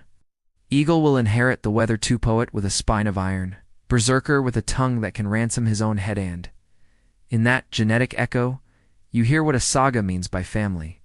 Not a list of names, but a recurring storm. Remember that cryptic whisper you heard at the fjord? The bite is a Keon feel. How key Aldolf. Us. Our change is another key entirely. A lock that turns on shadow and makes the body's grammar alter without changing the words. Some translators write him as evening sleeper, with rumor of shape change. The modest phrasing, almost domestic, makes the wolf more plausible. As if the wild can be stored beside blankets and still be honest when called. The scholars note that evening wolf hints he became a wolf during the night, sits like a candle at the edge of the page. Small and stubborn, refusing to flare into spectacle, while still warming the room with its suggestion. A Halbjorn half-troll's name passes again, and the half-mythic kin feel less like decoration and more like infrastructure. Supports that keep the story's roof steady, while winter presses its hands against the walls. When Harold's anger finally takes Thorolf, the family's decision to answer with sea violence and scorned verses sounds less like passion and more like weather returning to its usual course after a temporary blockage. The coffin adrift remains the quirky emblem that one tease it still the godless boat guided by something colder than chance. What? And you picture the box bumping kelp and skerries while a watching deity counts breaths alongside the tide. Greek mythology tries to speak up about coffins, set afloat Danae and her child set to sea, but the tones do not match. This northern version is not punishment or rescue, but navigation by omen, a logbook written by currents and a father's last insistence. Eagle's saga never shouts the supernatural, and that quiet is precisely what raises the hair on the back of your hand, because a hamrammer man described as you might describe a neighbor is more unnerving than a monster roared into the yard. In this hour, walking with Kveldolf as light drains, you hear again the animal choir in your own chest, the measured breath of the wolf path and the furnace swell of the bear path.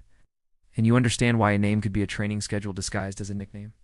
Skala Gr Mars' temper spikes like iron struck wrong too hot, then Brittlin the saga treats it as a pattern, not a scene, which tells you the family knew how to set plates and chairs around the storm so that nothing breaks but silence.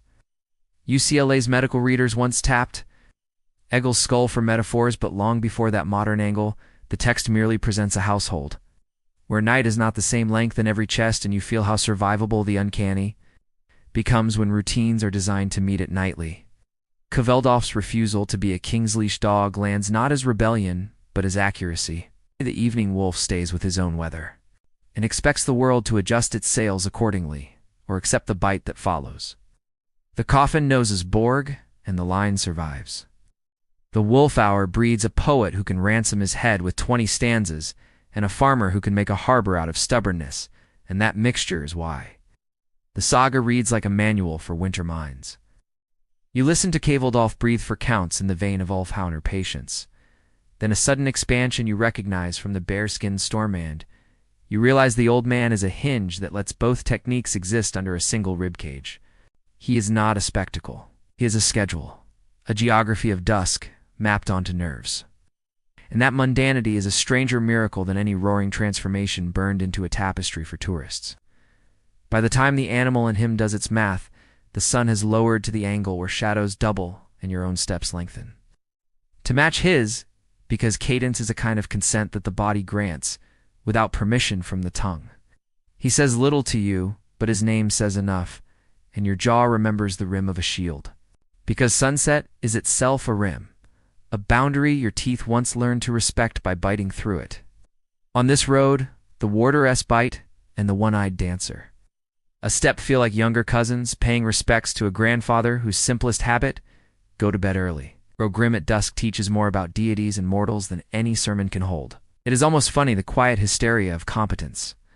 A family built on a twilight clock, a settlement built on a coffin's drift, a poet built on a warrior's furnace, and a farmer's patience, and no line in the text breaks. A sweat telling you how to feel. Remember that cryptic whisper at the fjord. S edge the bite is a key, and feel how the evening wolf. S hour is another key altogether, a timed lock that opens to anyone who practices breathing in the same room as their fear long enough to call it by its name. A mainstream fact returns like a tide mark. Kveldolf is recorded in Landmobok 2, the Book of Settlements, which means even the ledger keepers had to admit that a coffin S-drift can be a legal address. The quirky afterimage is a map with a box floating toward a farmstead while a wolf shadow crosses a threshold at exactly the same pace. And the deities, if they look at all, look from the side with that northern restraint that lets mortals think they did this by themselves.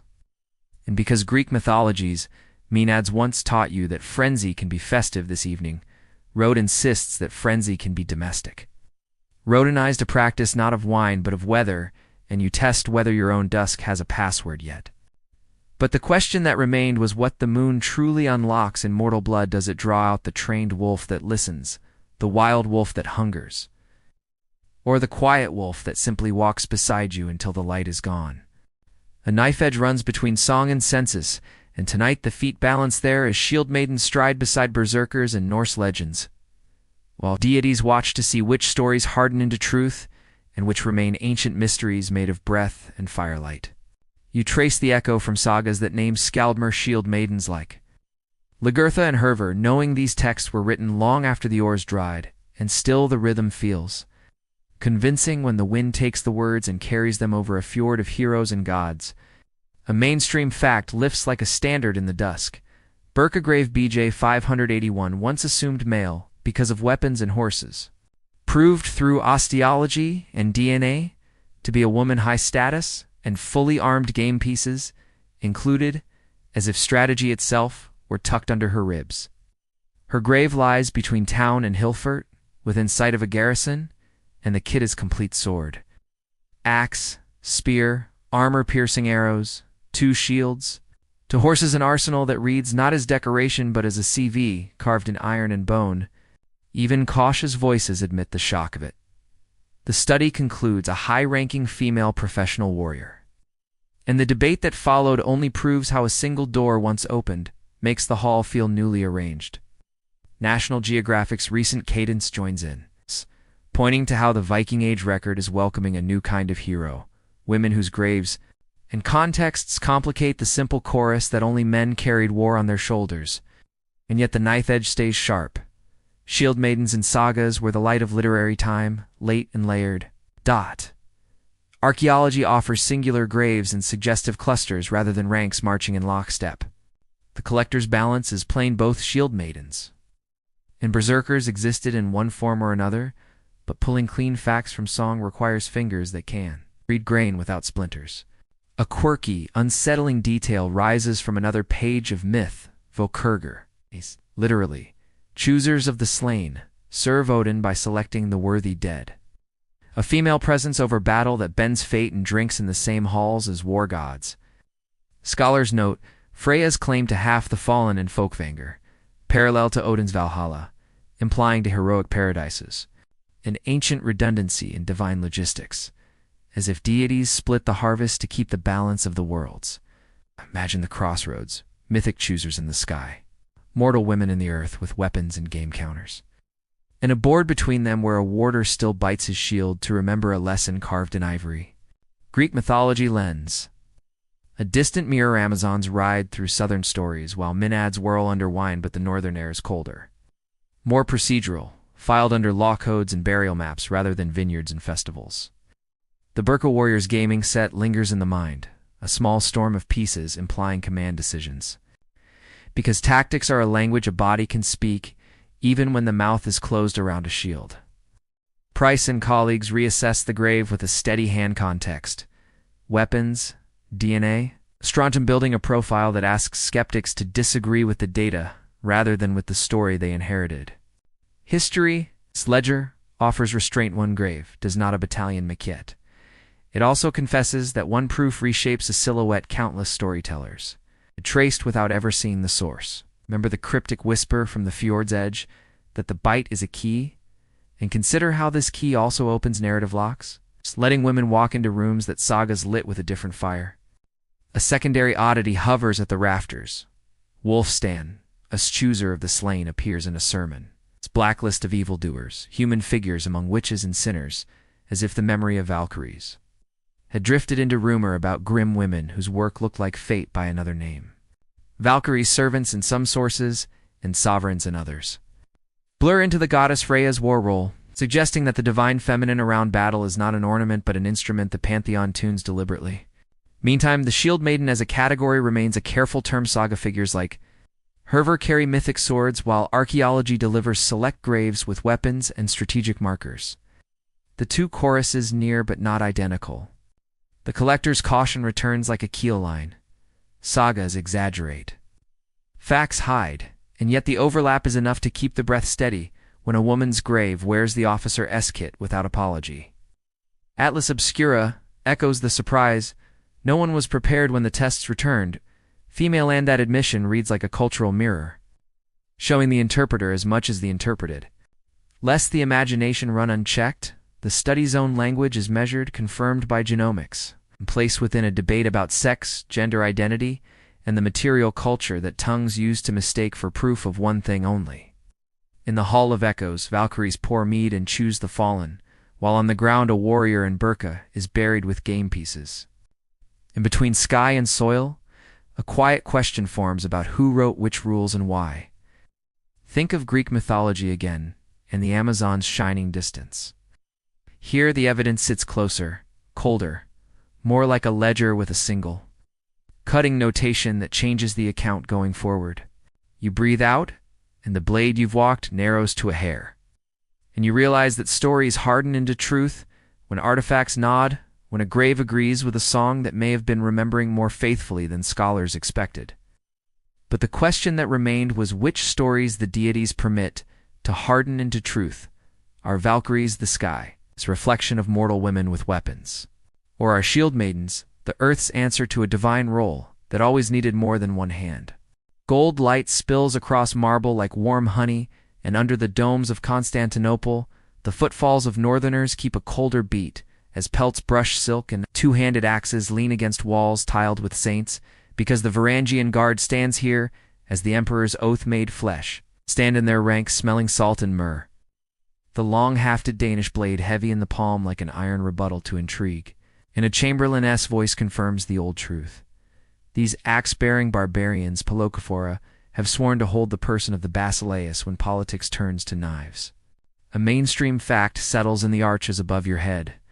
From the 10th to the 14th century, the Varangian Guard served as personal bodyguards to emperors, a northern choir tuned to Byzantine ceremony deployed in battle only when the moment required men who did not blink. Michael Pesalos called them terrible in aspect and explicit in iron. And the chroniclers speak of a reckless rage that neither counted wounds nor waited for instructions. A tone that sounds like Norse legends learning Imperial Greek while keeping a winter accent. They swear an oath not to a shrine back home but to a living throne, and in return they stand closer to imperial dangers than any cohort. Acting as acclaimers in procession and policemen in treason's shadow, a proximity that tastes like incense and risk in equal drafts. The Akalothus, a native Byzantine, leads them, a reminder that even the fiercest northern storm still reports to a local compass. And your boots learn which corridors echo with ceremony and which with secrecy. Out on campaign, the guard is a steel hinge the emperor turns at the sharpest angles thrown where the fight is most fierce, where hand-to-hand work with axes and swords decides whether a city wakes under hymns or under smoke. You feel the old animal choir tuck itself into this new marble, the Ulfhednar patience, learning court timing, the berserker furnace learning palace rhythm, both discovering that oaths can be colder and more binding than snow. Greek mythology ghosts the halls with a southern gloss palace as Olympus emperor, as a mortal swathed in divine trappings, but this city's theatrics are engineered a liturgy of gears and gold designed to convince the eye that fate loves marble more than mead halls. For here stands the quirky wonder. Mechanical lions beside a throne roar and flick their tails birds in a golden. Trees sing above protocols, and more than one envoy reports the seat rising toward the ceiling, until the basileus appears elevated by destiny itself. The Euprand of Cremona wrote about these automata with an awe that outlasts ink. And Constantine Porphyrogenitus listed them in his book of ceremonies like instruments in a divine orchestra, tuned for diplomacy and dread. You can hear the psychological math snap into place, the emperor. Oath is sealed not only by relic and gospel, but by roaring brass beasts and singing gold. Branches a theater calibrated to make northern breath draw shorter in the chest. The guards' axes answer this brass chorus with their own music. Crescento or trapezoidal heads breathing a thin metallic scent that says we break shield walls and throne rooms with equal conviction if the oath demands. A mainstream thread runs hot through mosaic light. Harold Sigurdsson, later Hardrada, walks in these halls before he wears Norway's crown, fighting on nearly every frontier in Anatolia, Sicily. The Tigris earning titles under Byzantine hands while his saga scribes keep score in skaldic verse. Saga voices insist he rose to lead the Varangians before tangling with imperial plunder and prison, then slipping back toward the north to die under another sky at Stamford Bridge, a career that tastes of salt crossings and oaths tested by coin. Noal's saga name-drops the guard like a distant hearth flame, telling of Kolskegg who came to Miklagard, took service, and died captain among axe-bearers, whose pay and peril both clung like oil to the palms. History Extra hums the motive under the marble. Why did Vikings fight for Byzantium? Why did Anglo-Saxons come after 1066? And the rough answer is simple gold. For skill, honor for loyalty. Contract between heroes and a long-lived city of deities, mosaics, and men who thought as much about survival as glory. You feel your own mouth recall the warder's bite from the Isle of Lewis, because intimidation is a language this court speaks fluently, and the Emperor's Satamato are the palace version of a berserker S-rim, a first taste that tells the soul to behave. The oath tastes different, here less snow. More spice and, yet its grammar is familiar. Keep the body steady. Keep the gaze forward. Keep the hand on a weapon that is also a promise. When the Fourth Crusade rumbles like distant thunder, chroniclers still find time to note the guards' hand-to-hand violence on the walls.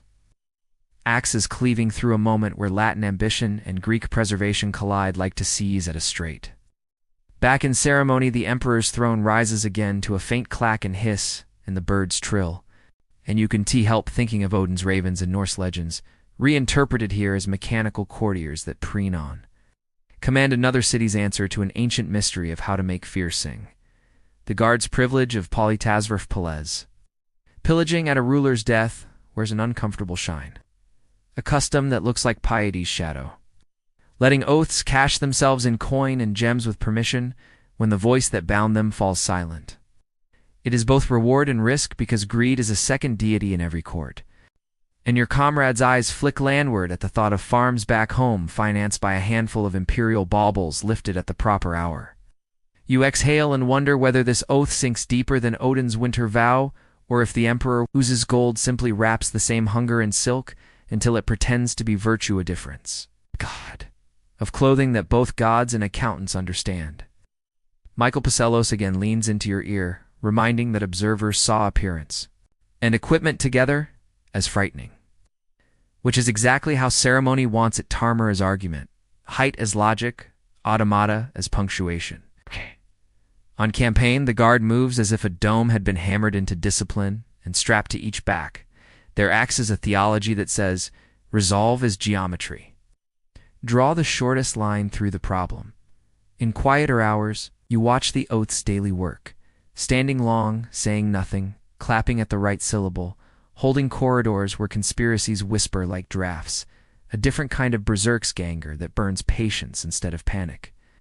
Greek mythology sends up a final comparison: Zeus on his thunder throne with eagles at either hand, and you smile behind your beard because here the birds are.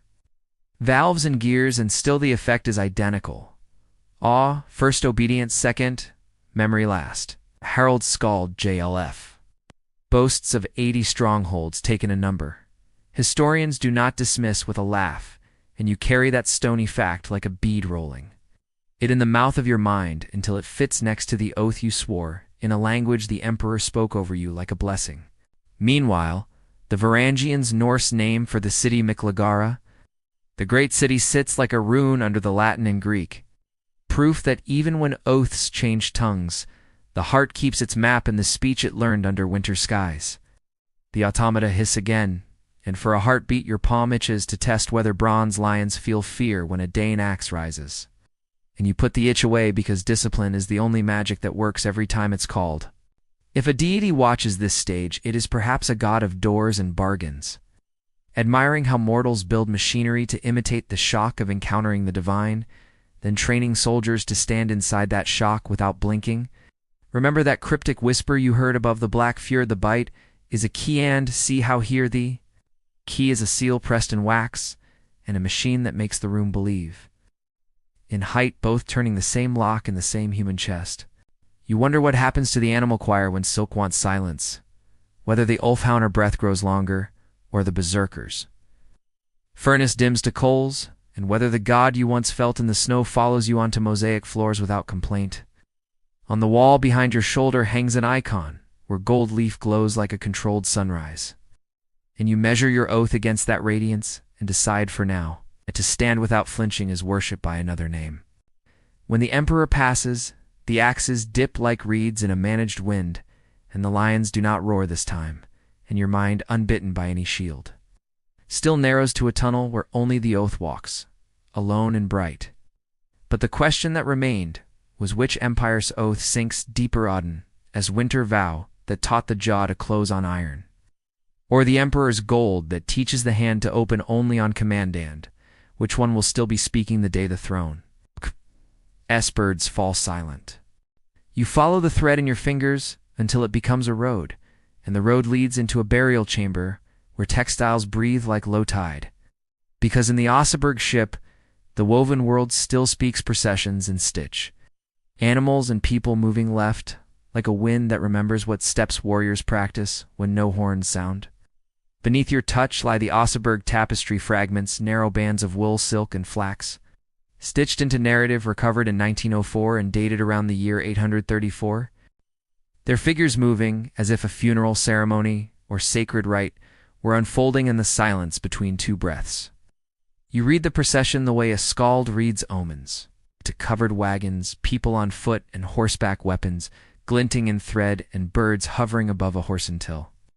The scene points toward a great tree where bodies hang, and the textile turns the stomach like a clean, cold truth about how deities are fed and remembered. A figure lifts a spear, the weapon Odin favors, and other figures wear ritual costume, one in a horned headpiece, another in an animal head mask, as if the cloth had kept the choreography of the rite that the saga is spared down to prose. The mainstream fact stands steady as a loom. Oseberg's chamber was lined with tapestry and fabric, a rare survival that proves textiles narrated Norse legends and funerals with as much authority as carved wood or sung verse despite their fragile bones. The quirky revelation is how specific the pageant feels: horned helmet, animal mask, wagons. Birds, so that the cloth hints at costuming and movement training, the way a margin note hints at practice schedules for an animal choir with wolf and bear in its lungs. A scholar sees the birds as Hugin and Munin in flight, and the tree as Yggdrasil, the world ash. And if that is so, then the thread has carried the highest frame of Norse cosmology into the smallest gallery of a burial bed. Greek mythology flickers and contrasts the Bayer-like narrative form points. South and forward in time, but here the embroidery is winter patient, a comic strip of ritual where the panels are narrow and the audience is the dead. You notice how the figures move horizontally as if practicing a line drill, the same leftward pulse a shield wall memorizes. And you realize a textile can encode cadence the way a chant does, reminding bodies how to go from village to vow. Tablet-woven bands from the same burial framed, some tapestry fragments, bright borders harnessed to narrative cloth, like quiet metronomes sewn to the bottom edge so that even the margin keeps time. This is the chamber's method. Accessories become instructions, ornament becomes training, the tapestry becomes a score for breathing where wolves and bears are, remembered not as pets of myth, but as teachers of pacing and posture. You pass from weave to token and find amulets waiting like condensed lines of a poem: iron rings, hammer pendants, teeth and claws, objects that entered graves as little treaties, with powers that neither laws nor swords fully domesticate. A mainstream ledger from Lovegrave Fields says iron amulets are common in the Viking Age. Layers roughly 1 in 3 to 1 in 4, late Iron Age graves at certain sites, suggesting a culture that stitched protection and potency into daily, whereas habit rather than exception. Millennier pendant Thors, hammers dot the archaeological record like punctuation marks on runestones. The small hammerheads hung downward in silver and iron, tangible declarations that a deity's tool can be worn like a boundary and a promise. Some reckon that hammers appear more often in women's graves than men's in certain samples, hinting that household, lineage, or ritual duties placed this symbol where continuity mattered more than spectacle. Quirky as a shard of light, there is also a silver wolf head curated from the Gokstad mound tradition of finds, an emblem of animal presence rendered in precious metal, reminding that wolves and their shadows walked into burial with the same confidence as swords. Bear-tooth pendants in Finland and the Baltic, sometimes cast in bronze, sometimes bone, occur in late Iron Age graves and on belts and waists, their context read as status, trade, protection, or amulet, depending on what the rest of the grave whispers to the patient hand. Studies note bear claws appear across Scandinavia's Iron Age burial contexts, slinked at times to furs and status, at times to amulet logic. At times to sacrificial or foundation deposits, showing how animal power was worn, buried, or hidden, as if the boundary between pelt and prayer were thin as a thread. Set these teeth and claws beside the Oseberg procession's animal mask and horned headdress, and you feel how costume, amulet, and choreography coil into one instruction. Put the animal on the outside so the animal inside knows when to answer. At the tapestry, S-covered wagons slide on stitches toward something solemn, while weapons glimmer and wool-like ideas sharpened at the belt. And you suspect that the cloth was not merely memorial, but rehearsal, reminding the living how to walk when the hour demands more than talk. Levesiance notes one of the only known depictions of a horned helmet on this textile, a detail that modern myth has abused and yet the exception. A survival suggests ceremonial or masked usage, survived in thread because thread forgives what iron forgets. Museum notes confirm multiple textile types in Oseberg drugs, tapestries, curtains, quartered scenes, and their presence in the burial chamber implies a world saturated by narrative fabric where the dead rested among instructions, reminders, and promises. Remember that cryptic whisper at the fjord's edge? The bite is a kiond. You translate it here into fiber. The border S pattern is a metronome. The mask is a keyhole, and the animal head is the key that fits turning breath into choreography under a one-eyed sky.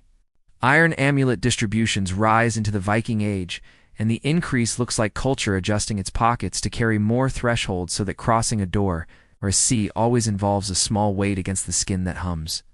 Belong to this side until it's time to belong to the other. Scholars sorting.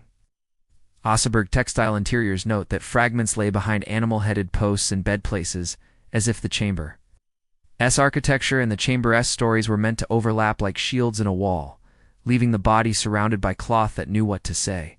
Germanic mythology essays point to one figure clad as if in a complete animal skin save for a face hole, a woven echo of Ulfhednar. Theater turning a pelt into a manual for breath, and a mask into a muscle memory that will not let the wearer lie to himself.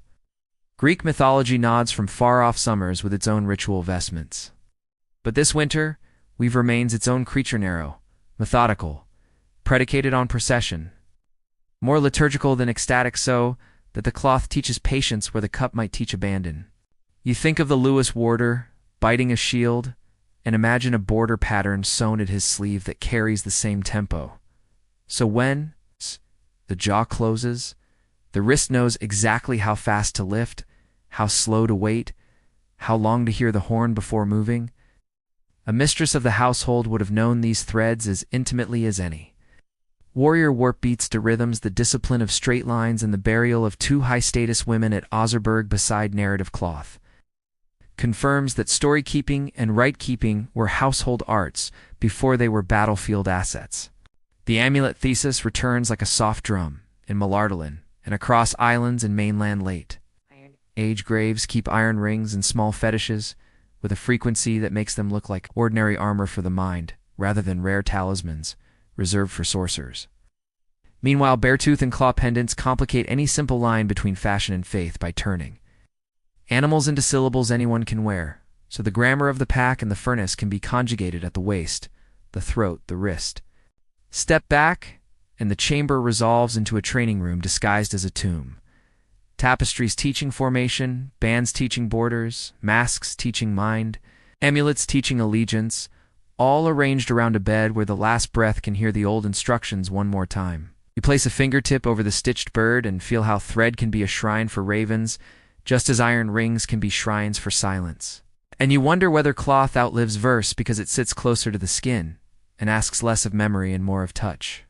It is a mainstream comfort that Oseberg's weave is real. The horned headpiece depicted the animal mask visible the wagons, and riders aligned so that when sagas lapse or law codes frown, the textile still hums a steady ritual tone. And it is a quirky gift that a narrow band only 16 to 23 centimeters wide can carry a funeral. A theater, birds, trees, masks, and strides that feel like marching drills stitched for hands that no longer shake. You tuck the amulet evidence back into your palm iron rings counted in thirds claws and teeth catalogued in belts and graves. Hammers shining in fields and understones, and recognize that the smallest objects can carry the heaviest doors if worn long enough. Remember that cryptic whisper reshaped by thread the bite is a key, and hear its echo change. The border is a bar, the mask is a hinge, the amulet is the pin, and the body is the door waiting to open to a god it has already practiced meeting. But the question that remained was what a textile remembers that a saga forgets. Does the cloth keep the breath count? And the foot length of the procession, in a way words cannot, and do amulets hum the tempo a law will never dare to write down. You steady your breath as if placing stones in a river for counts sliding into the lungs and for counts leaving, so the mind learns a corridor and walks it without looking left or right, while the old word berserksganger flickers like a torch behind your ribs in these Norse legends and ancient mysteries. The heart's hoofbeats align under the sternum, a canter that becomes a cadence. And the shield in your hands begins to weigh less because attention is a rope, and you have taken hold, refusing to let panic pull first. Snorri's cold sentence waits in the air, as a rule you can feel. Odin's men rush without armor, bite their shields, and neither fire nor iron bites back while the state endures. A description so practical, it reads like a rehearsal note before the horn. You have seen the rehearsals stamped into metal, the Torslunda weapon dancer lifting spears in a bird-horned helm beside a wolf-headed warrior, and you understand that choreography often precedes courage, that the step is the spell in a world where deities prefer actions to adjectives. A mainstream fact stands at your elbow.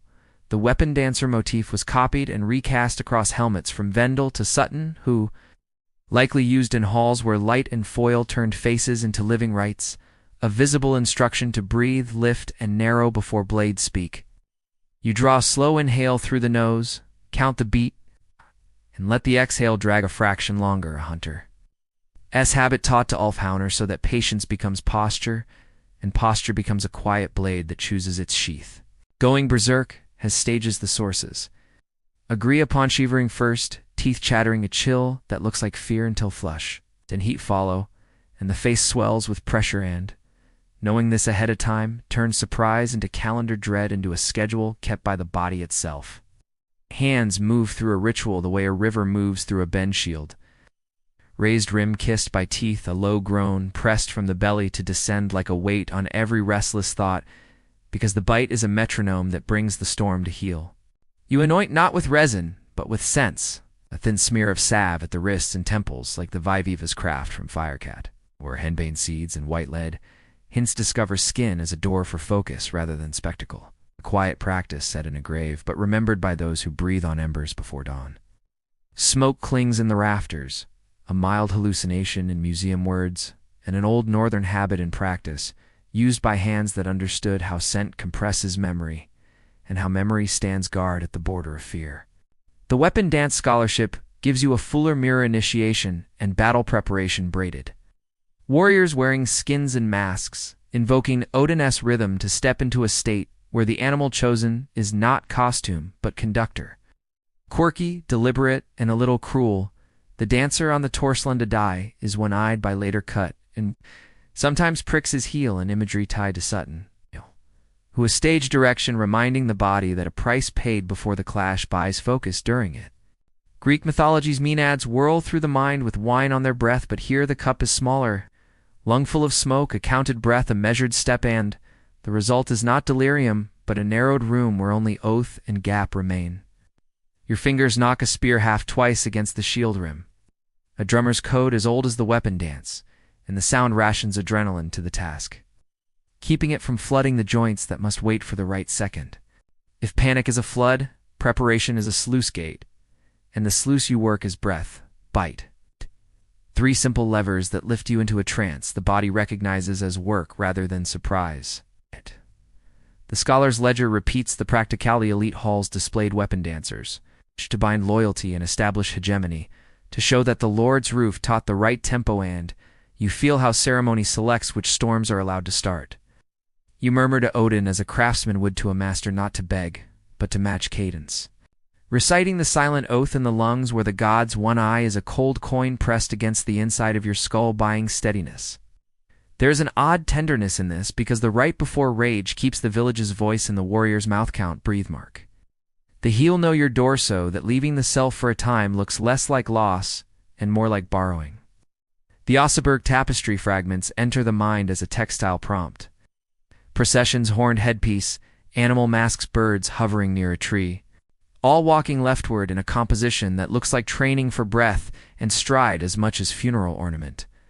Textile scholars remind that cloth narrated life as reliably as wood or bone in the north, and that placing story around the dead means the living rehearsed within it again and again until the body had no choice but to remember. You touch the border of a tablet woven, band bright, and strict hand, realize that edges teach as surely as centers the way a shield rim.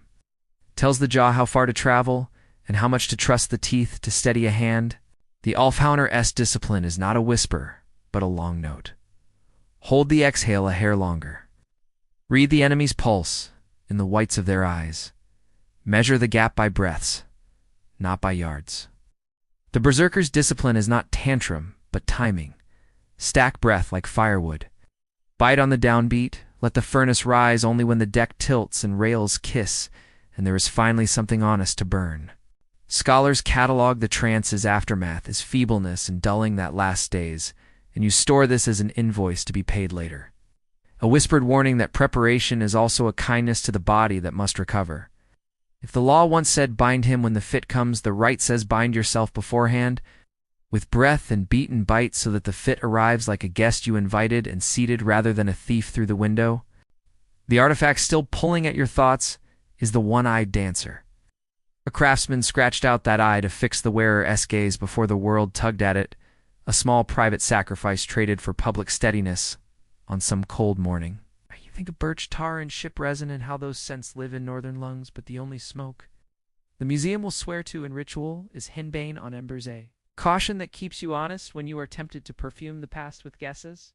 Weapon dancers, according to recent studies, marked initiation and hierarchy as much as frenzy. So the rite before rage becomes not only self-mastery, but social music. A rehearsal for relationships under a lord's roof, as well as under a god's sky. Ice. Greek mythology returns as a measuring glass, ecstasy there. Method herein, do you prefer to believe the gods accept both, so long as the hands arrive at the right place in time to keep promises written into the breath? Remember that cryptic whisper at the fjord's edge to the bite is a key and see that the bowing head, the counted breath, the mild smoke are each a different tooth on the same key, carved to fit a lock that only opens when the heart knows the password. You practice the sequence once more. For in, hold a hair. For out, knock the rim twice, lay jaw to wood, lift the eye to the gap, at the heel, till the gods' cold coins settle where fear used to rattle. The mainstream scaffolding does not flinch. Sagas record the shield bite and the storms. Phases halls display the dancer who teaches the step graves keep the seeds and salves that blur and sharpen in. Tandeman, the redundancies are reassuring in a world that rarely repeats itself without reason. The quirky hinge is that pricked heel on a tiny plate, and a scratched eye on a die. Small cuts is prepayment for clarity, and you wonder if every rite worth keeping includes a mark no one else will see. You pull the pelt across your shoulders in the mind, whether wolf or bear, and it fits because the breath underneath it was tailored first, because masks do not make the face until the lungs supply the rhythm that moves it. On the last exhale before the horn, you find that rage does not feel like anger at all, but like alignment. A set of parallel lines you can walk without wavering, a clean corridor between oath and opening. But the question that remained was whether preparation, not panic, is the real spell, whether the god arrives because the breath is arranged, the jaw is taught, and the step is learned, or whether all this careful music only makes it easier to hear a voice that was always speaking.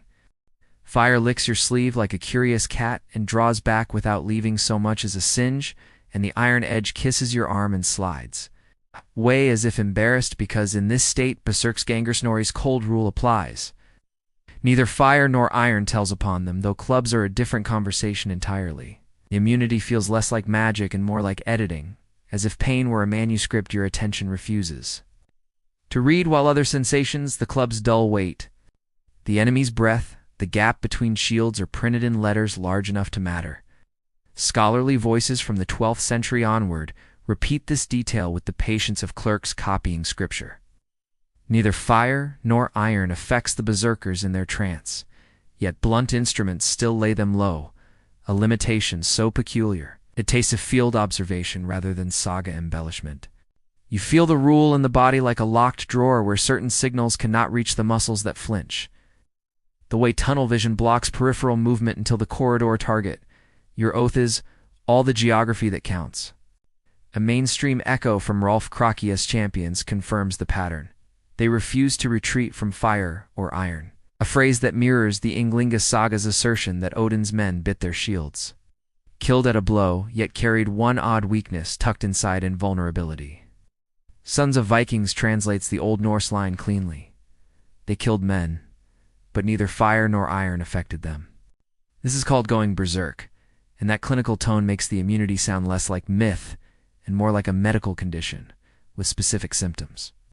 The quirky constant in saga after saga is the blunt instrument exception. Hardbean crushed by Halfdan's hammer of wondrous size, berserkers felled by cudgels when swords glance off like rain as if the trance had a firmware bug that only weight could exploit. You test the boundary in the mind's laboratory. Edge slides past awareness, flame licks, and retreats. But the club's thud lands in the bones with the honesty of physics refusing to participate in theater, a dull truth no trance can edit. Greek mythology offers no parallel immunity. Its frenzied maenads, subject to spear and sword like any mortal, which makes the northern trance feel less universal and more specific, a technique rather than a gift, a skill that can be practiced and perhaps perfected. Academic analysis suggests the Firander immunity resembles tricks attributed to fakirs, performers who train attention to ignore certain stimuli while remaining vulnerable to others, comparison that makes the berserker less supernatural and more disciplined. The Beowulf parallel slides into view Grendel's immunity to edged weapons, and scholars note how this motif threads through northern literature. As if immunity to blades were a known category, a state certain beings could achieve through preparation or curse. You remember the Ulfhednar's breath count and the berserker's furnace stoke, and realize that neither fire nor iron, requiring the state to be maintained, a trance that demands constant fuel and fails when the rhythm breaks or the focus wobbles. Some sources add the detail of berserkers blunting enemy blades with spells or a glance from their evil eyes, a flourish that sounds like psychological warfare dressed as sorcery, the evil eye being terror's most efficient delivery system. The scholarly chorus agrees that it neither fire nor iron told upon them. It's reiterated time after time, not as occasional hyperbole, but as a consistent rule that sources expect audiences to accept, suggesting the phenomenon had enough witnesses to become commonplace. You picture the club rule in action, a berserker dancing through spear thrusts and torches wipes untouchable as a nightmare, until a farmer with a weighted staff steps up and delivers the kind of blow that argues with the spine rather than the skin. The immunity's limits make it practical rather than impossible. Train the attention to disregard cuts and burns while keeping the nervous system honest about impacts that rearrange bones. A selective anesthesia that keeps the warrior functional. Jester's academic tone reinforces the clinical approach. As a rule, swords and fire can do berserks no harm, yet they remain vulnerable to blunt force, a formula so specific it reads like an operating manual for a state that was probably induced rather than spontaneous. Remember that cryptic whisper from the Fyrd's edge to bite as a key end here? It unlocked this paradox. Ow! The key opens the room where edge and flame become theater, but the lock itself remains solid, answerable to physics whenever weight knocks.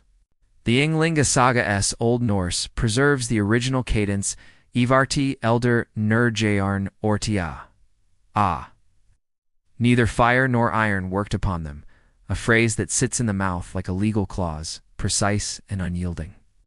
You breathe into the immunity and feel its texture, not invincibility but selectivity, as if the trance were a filter that lets through the signals that matter, gap, threat, oath, while blocking the ones that do, and burn, cut, sting. Lieberman's academic analysis reminds that medieval Icelandic tales of plundering berserker bandits likely shaped Snorri's description, yet the Firandian detail predates those later stories, suggesting an older core preserved within literary evolution. The fire-eating detail appears in some sources, Hardbeing gulping down fiery coals and letting embers pass into his entrails, which could be performance art designed to terrorize audiences before the immunity claim needed testing. You think of the Viviva's henbane seeds and the white lead salve hints from Firecat, wondering whether numbing compounds applied to skin could create localized immunity to flame while leaving the wearer vulnerable to crushing blows that bypass the skin entirely. The pattern holds across sources with the reliability of a natural law. Edges fail. Flames fail, but clubs succeed, as if the northern world had discovered a physiological constant and built a warrior tradition around its exploitation. Vikinger. Org echoes the translation with scholarly caution. They killed men. But neither fire nor iron affected them, keeping the assertion clean and unadorned, letting the strangeness speak without commentary that might soften its edge. Greek mythology's Maenads return as contrast vulnerable to mortal weapons, relying on frenzy for speed rather than immunity, and the difference underscores how the northern trance was engineered rather than ecstatic, built rather than received. You test the rule once more in the mind's cold laboratory. Sword cut becomes distant sensation. Torch flame becomes irrelevant pressure, but club strike becomes immediate command that the body obeys regardless of what the will intended. A hierarchy of sensation that no oath can overturn. The source's consistency suggests the immunity was real enough to be observed, recorded, and repeated by witnesses who expected their audiences to recognize the description rather than question its possibility. A detail too specific to be entirely invented. But you carry the club rule like a compass needle that always points toward honesty, no matter how deep the trance. How complete the immunity, the law of weight remains unrevised. A reminder that even gods respect physics when the argument is heavy enough. But the question that remained was whether immunity seals the skin or merely widens the eyes, whether the god has hand blocks pain or simply teaches the mind to file it under irrelevant, until the blunt truth of a cudgel reminds the body which laws cannot be amended by oath alone. You wake emptied and cold, as if the fjord had poured through the veins and left silt behind.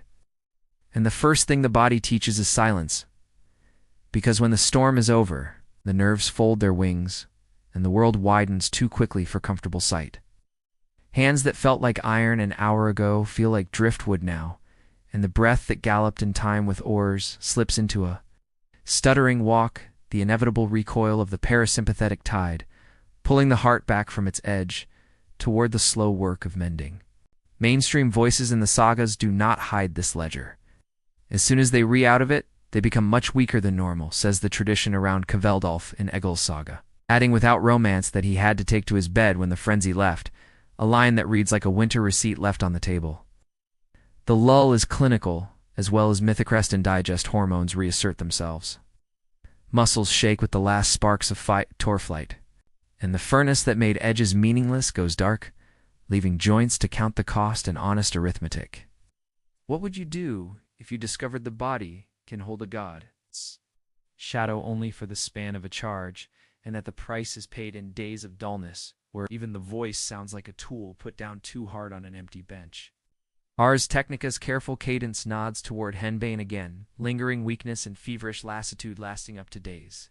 A hangover that maps onto the saga's plain admissions with unnerving accuracy, as if a black seed could write a coda the lungs already knew by feel. Newsweek's summary echoes the same ledger weak and incapacitated for several days after the rage-folding modern ethnobotany. Over medieval observation like 2 pages that finally agree on where the crease goes. Historians and retellers repeat the pattern until it feels like a natural law of the North, immunity in the blaze, feebleness in the ash, a turning of the world that deities and mortals both respect when the drumbeat ends. Greek mythology hums from the warm distance with its maenads and their summer ecstasies, but even there, the body must land, and the return from frenzy has a cost that no hymn forgives. Here the cost is written plainly in sagas that sound like physicians when the ink dries. You lie still and feel the amygdala's hand release the reins while cortisol ebbs grain by grain. The body slides from sympathetic flare to parasympathetic repair, an ancient exchange as familiar as tide marks and as indifferent to pride as snowfall.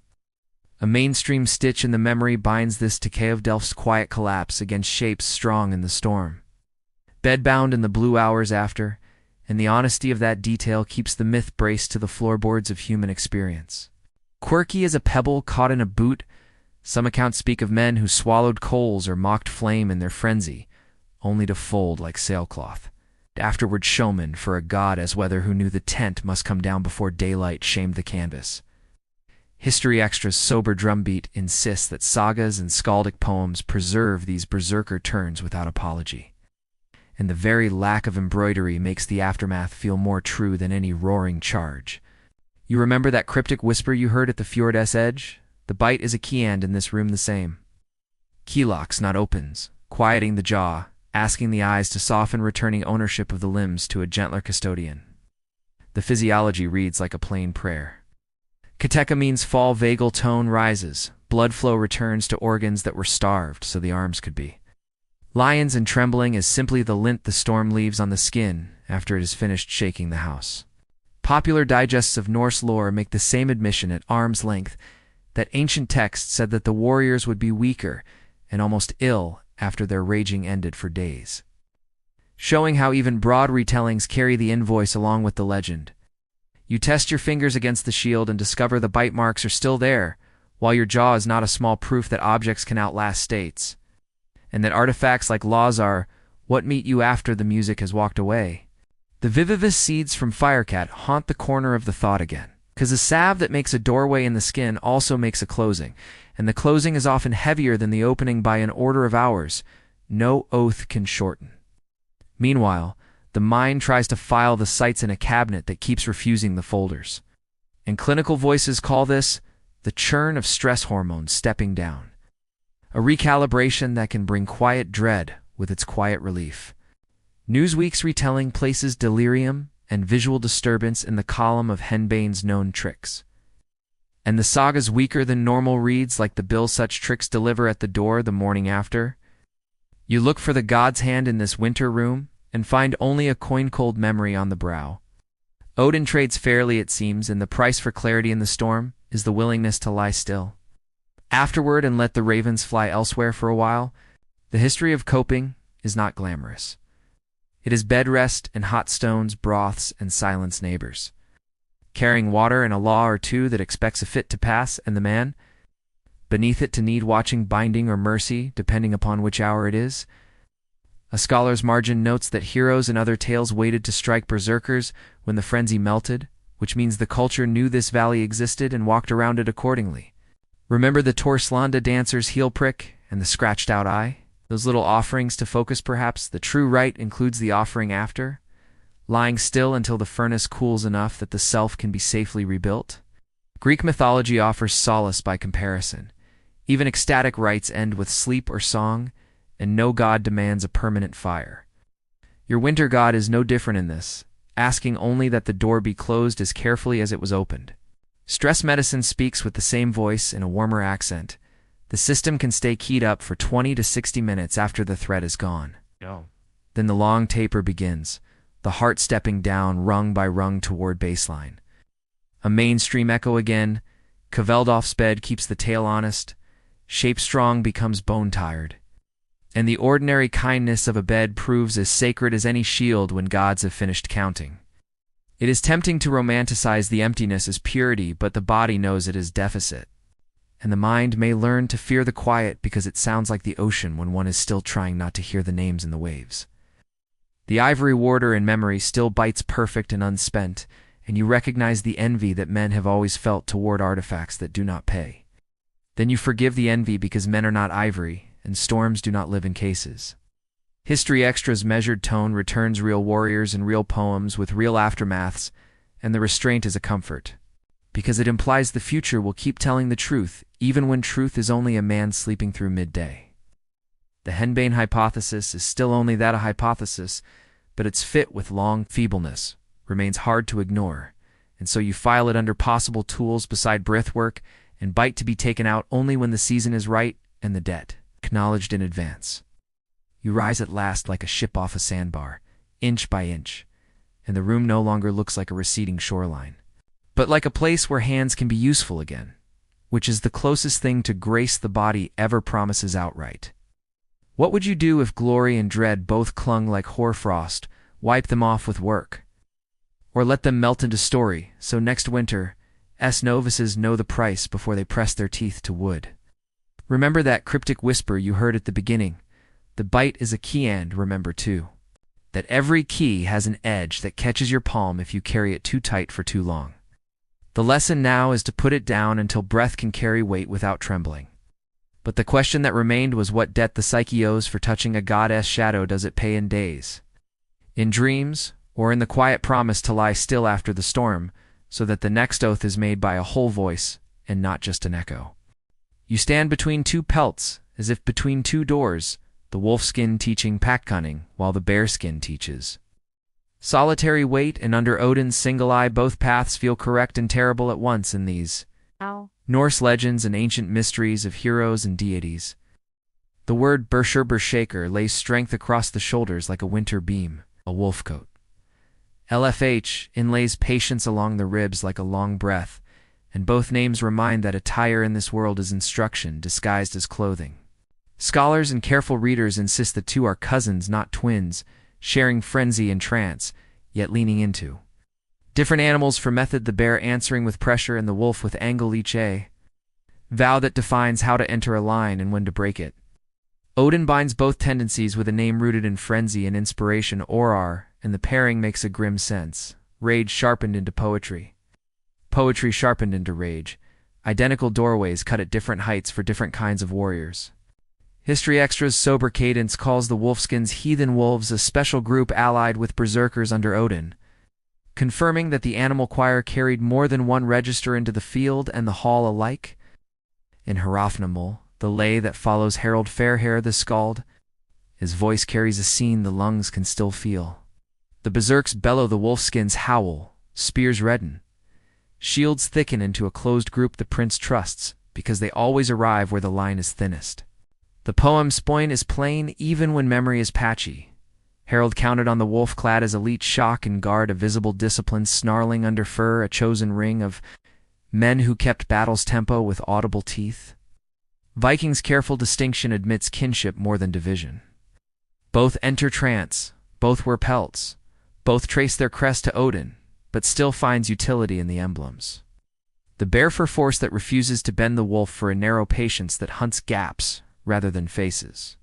Unlike berserkers, direct references to Ulfhednar are scant in the record. A lacuna that suggests the wolf path left fewer inscriptions, even while poems and later retellings place them at a king's elbow where elite trust is kept. The etymology clings to the mara bear shirt wolf, hiding the pelts themselves read like manuals reminding hands and lungs how to move before the jaw finds the rim of a shield to set the downbeat you learned by heart at the Black Fjord. Remember that cryptic whisper you heard, the bite is a key, and feel how the key turns differently in each mouth. In the bearess it locks courage to pressure. In the wolf's it locks breath to angle. The Torslanda plate still gleams from bronze darkness.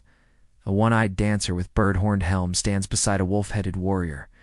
A tiny theater where Odin conducts a step, and the wolf-man embodies its execution with a spear as metronome. That pairing is not sermon, but choreography, a hint that the wolf path took instruction well enough to survive in metal. So a brow could wear the rhythm long after the first teacher's hand went still. History Extra folds both wolfskins and berserkers into one clause tied to Odin. And the clause reappears every time a king needs a first strike to sound like destiny rather than luck. Wikipedia's ledger is blunt.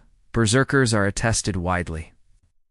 Wolfskins less so. Distribution that may reflect how people wrote more about the furnace than the stalk, even while both stood in the same doorway when the horn called. Vikinger presses the kinship further. Both states are transformation. Whether literal or role-played, both are trance that puts the animal first and the witness last. Both make edge and flame into theater while letting weight remain the body's honest judge. Norse mythology. Orgads that these shamanic warriors shared practice more than they shared costumes. The difference being chiefly the totem they pulled into their breath when the time arrived. The wolf's advantage lives in flanking and pursuit, an attention that stays long and low, measuring breaths between shield bosses. While the bear's advantage lives in crush and breach, a spine that does not ask permission from angles but teaches angles to yield. Harold's saga silhouette hangs in spray. Thoria Hacklin goes berserk against the king until the royal ring of elites closes. Wolfskins included by later tellers. And the clash reads like a study in furnace versus formation, with Odin's weather hovering over both decks. Warlord Games, quoting the old poem, keeps the stanza alive on a modern page, proof that the chorus of wolfskins howled still does its work on ears that understand what a closed group means when the first throw decides a morning. Vikinger's entomology for Odin linked to frenzy and to poetry secures the deity. Double claim over both pelt paths and song paths, explaining why skalds knew these men so well. They were cousins under the same word. Norse-mythology.org identifies kinship and practice shamanic techniques, trance. Animal assumption, bringing the wolfskin and bear shirt under one roof where the god's sigh can manage both without blinking. History Extra's heathen wolves are not decorations but instruments, reminding a reader that pack logic won wars while bear logic held breaches, two indispensable gears in the same winter machine. Wikipedia's caution about fewer direct wolfskin references keeps the mind honest when poetry wants to fold both animals into one silhouette that bites iron and laughs. Scarcity in text does not mean scarcity in practice, but it warns against claiming too much. Yet the Torslanda plate argues for presence. Odin West one-eyed dancer side by side with a wolf-headed figure is a bronze ledger entry that a hall approved the pairing enough to hammer it into foil and crown brows with it. Vikinger suggests the deeper bond to Odin through wolves Jerry and Freki. a relationship that makes Ulfhednar names fit into the goddess household as naturally as a spear fits a warrior's reach. The lay of Herald makes the combined sound unforgettable berserks, bellowing, wolfskins howling, and in that doubled noise the king finds a single effect, a line that moves before the enemy finishes an inhale. Norse-mythology.org. Shamanic frame illuminates why the pelts mattered to the breath. Speaking the animal into the lungs is a ritual that works whether the gods attend or not, because attention itself is obedient to certain kinds of rehearsal. History Extra, testing fiction against fact, leaves both close enough to touch, outlawed and legendary, practical and terrifying. A set of habits kings later forbade not because they failed but because they worked too well without permission. Wikipedia's summary of the record spare and stubborn holds a line on what is known and what is guessed, which is a comfort under the pelts, because a warrior prefers firm boards underfoot, even when the ceiling is painted like a sky. Viking's admission that the distinction puzzles even sympathizers is itself a kind of answer. Perhaps the animals were training wheels and metaphors. Perhaps they were masks for compatible methods differentiated only by emphasis and oath. Warlord-esque quoted stanza about bloody shields and closed groups doubles as a training note. Packs form rings, bears form wedges. Both begin with breathing a little faster than comfort, yet a little slower than fear. Remember that cryptic whisper at the fjord's edge? The bite is a key end. Remember how the wolf teaches when to use it in silence, while the bear teaches when to use it in a shout? 2 tempos for the same turning of the same lock. Norse-mythology.org. Shamanic ladder between men and animals implies an ascent suited to the climber. Some climb by hunger for angles, some by hunger for weight, both arriving at the same narrow door. Where edge and flame forget their old names, History Extra's careful language about Odin's men keeps the deity present without spectacle. The way a cold coin presses the brow unseen while decisions are made with ordinary hands that do extraordinary work. Wikipedia's scarcity note comes back at the last moment to make the choice personal rather than numerical. Wolf or bear is less a vote count and more a mirror held up to breath. Vikingers. Long view 2 faces of the same right becomes the most honest counsel in the hall. Choose the animal that steadies the eyes, not the one that flatters the tongue. And the lay's echabello and howl reminds that whichever mask fits, the noise must serve the moment rather than replace it. Sound without aim is wasted dawn. But the question that remained was which animal chooses you back? Does the pack claim your lungs when you listen long? Door. Does the bear claim your spine when you lean forward? Well, Odin's one. I bless either grip so long as the oath behind it does not break.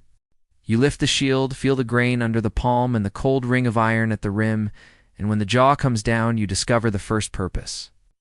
Of the bite is not pain, but percussion, a downbeat that turns the body into an instrument that plays terror in the enemy and timing in yourself. Each scrape of tooth on metal throws a spark inside the skull that lands on dry fear and lights the right kind of fire, and the sound carries over water the way a drum does, making a promise in a language no interpreter can soften. A mainstream ledger keeps this ritual clear. Snorri says Odin's men bit their shields, and the sagas repeat the gesture until it becomes a glossary entry for frenzy, as recognizable as a banner when the air is full of shouting.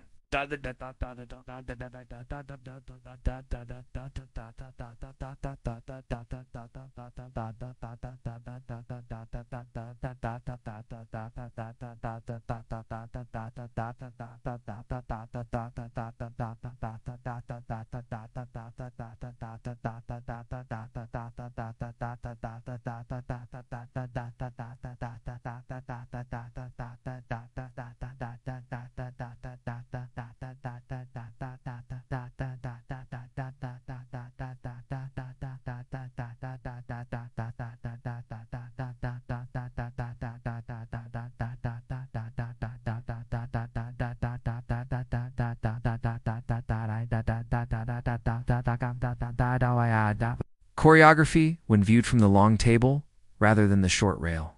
In Ivory, the lesson becomes a miniature sermon. For warders among the Lewis chessmen press teeth over their shields, eyes wide, frozen forever at the moment.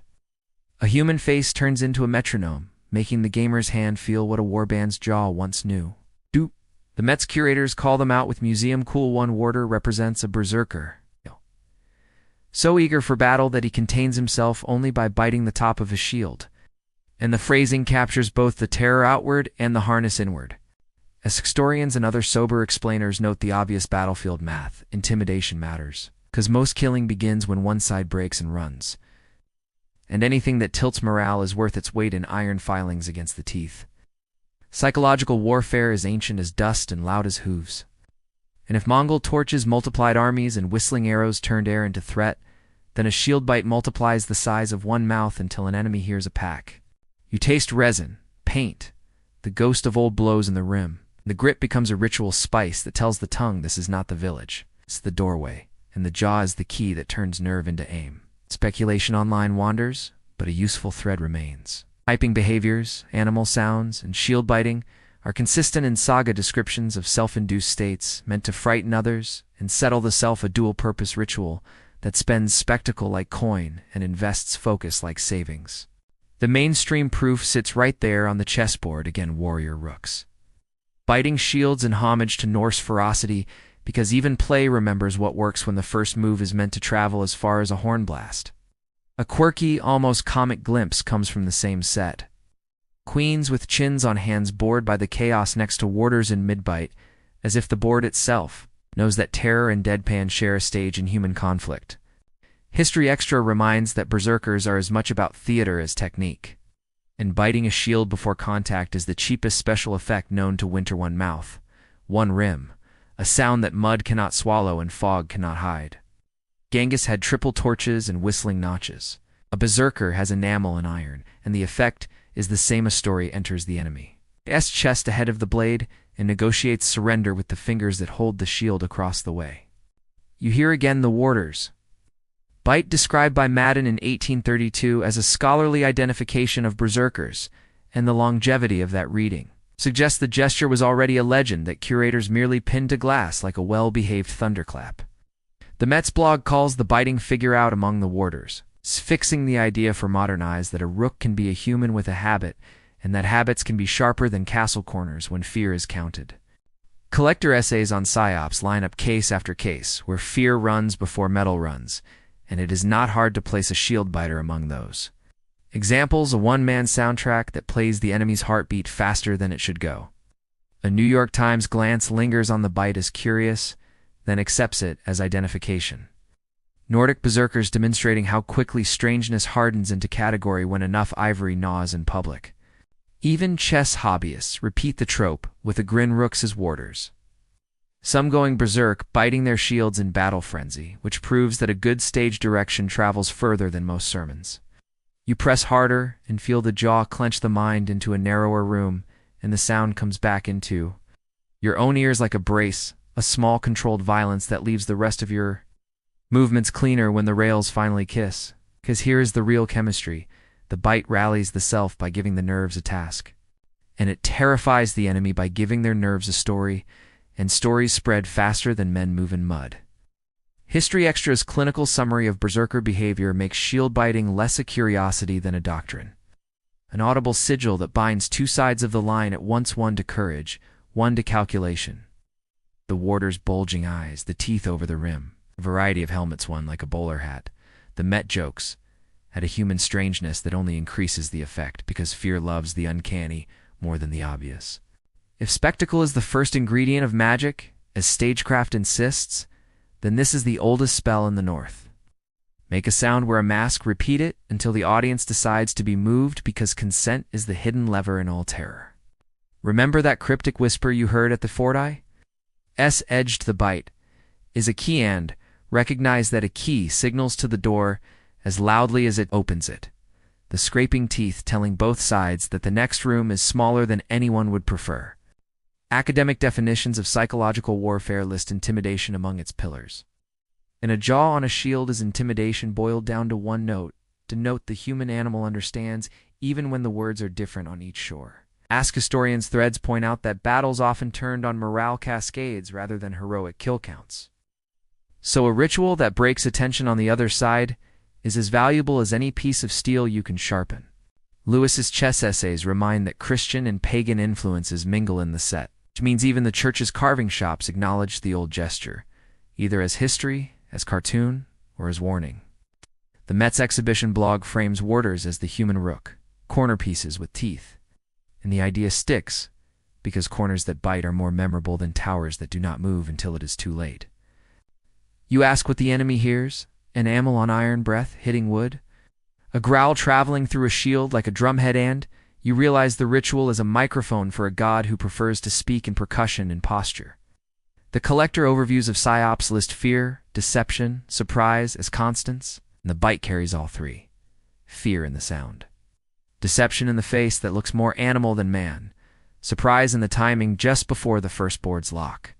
The rook analysis notes how unusual it is in Europe to have warrior rooks instead of castles, which makes the biting warders doubly striking, functionally different pieces, emotionally louder faces. A last look at the Ask Historian's cadence, self-induced states, inherited tempers, family patterns tells. You the bite belongs to households as much as two halls a habit children might have seen and imitated on doorframes. Long before they learned what it does to a stranger's heart, and because even the Met can't resist a good line, the curators freeze the gesture in a caption. The caption outlives 1,000 shield wills, because glass is kinder to teeth than iron ever was. So you stand with the rim on your mouth like a coin on the tongue, and when you bite, the world arranges itself into audience and action. Which is the cleanest definition of power the North ever wrote in a room without a scribe?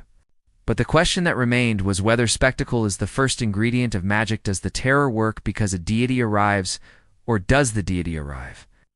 Because the terror persuades mortals to move together as if a single breath had learned a new song. You stand in the open air of a thing field, where the wind combs long grass like harp strings, and a law speaker's voice turns a right into a charge, a hero into a hazard, and the hearth-proud habit of biting a shield into an offense that can exile a body and cool a god. As whether in a single sentence, under Norse legends that suddenly feel like minutes on a clerk's board. He lifts his staff and recites what the scrolls have already made colder than winter. If a man goes into berserksganger in our sight, bind him while the fit is on, and if the fit is past, banish him for 3 winters, because an ancient mystery now counts as public danger, measured in seasons and silver. You feel the teeth you trained on iron begin, against every discipline you own, to lift their pressure from the rim when the law says neither carry nor bite that shield in the king's service. A command that sounds as intimate as a father's rebuke and as final as a shoreline closing under fog. A mainstream date slides into the wind like a spear with no need to shout. In about Eling Yiwu, Jarl Eirikur Hakanarsson of Norway outlawed berserkers, turning a royal taste for ferocity into a rule against spectacle, a pivot as abrupt as a ship's keel, finding rock where it expected tide. History Extra S measured cadence adds that Iceland's Regus laws instruct neighbors to bind the raging man or share his penalty, a civil theology that deputizes every risk to arrest the storm, and treat frenzy as a village chore rather than a deity as visitation. You listen to the ledger tighten like a belt.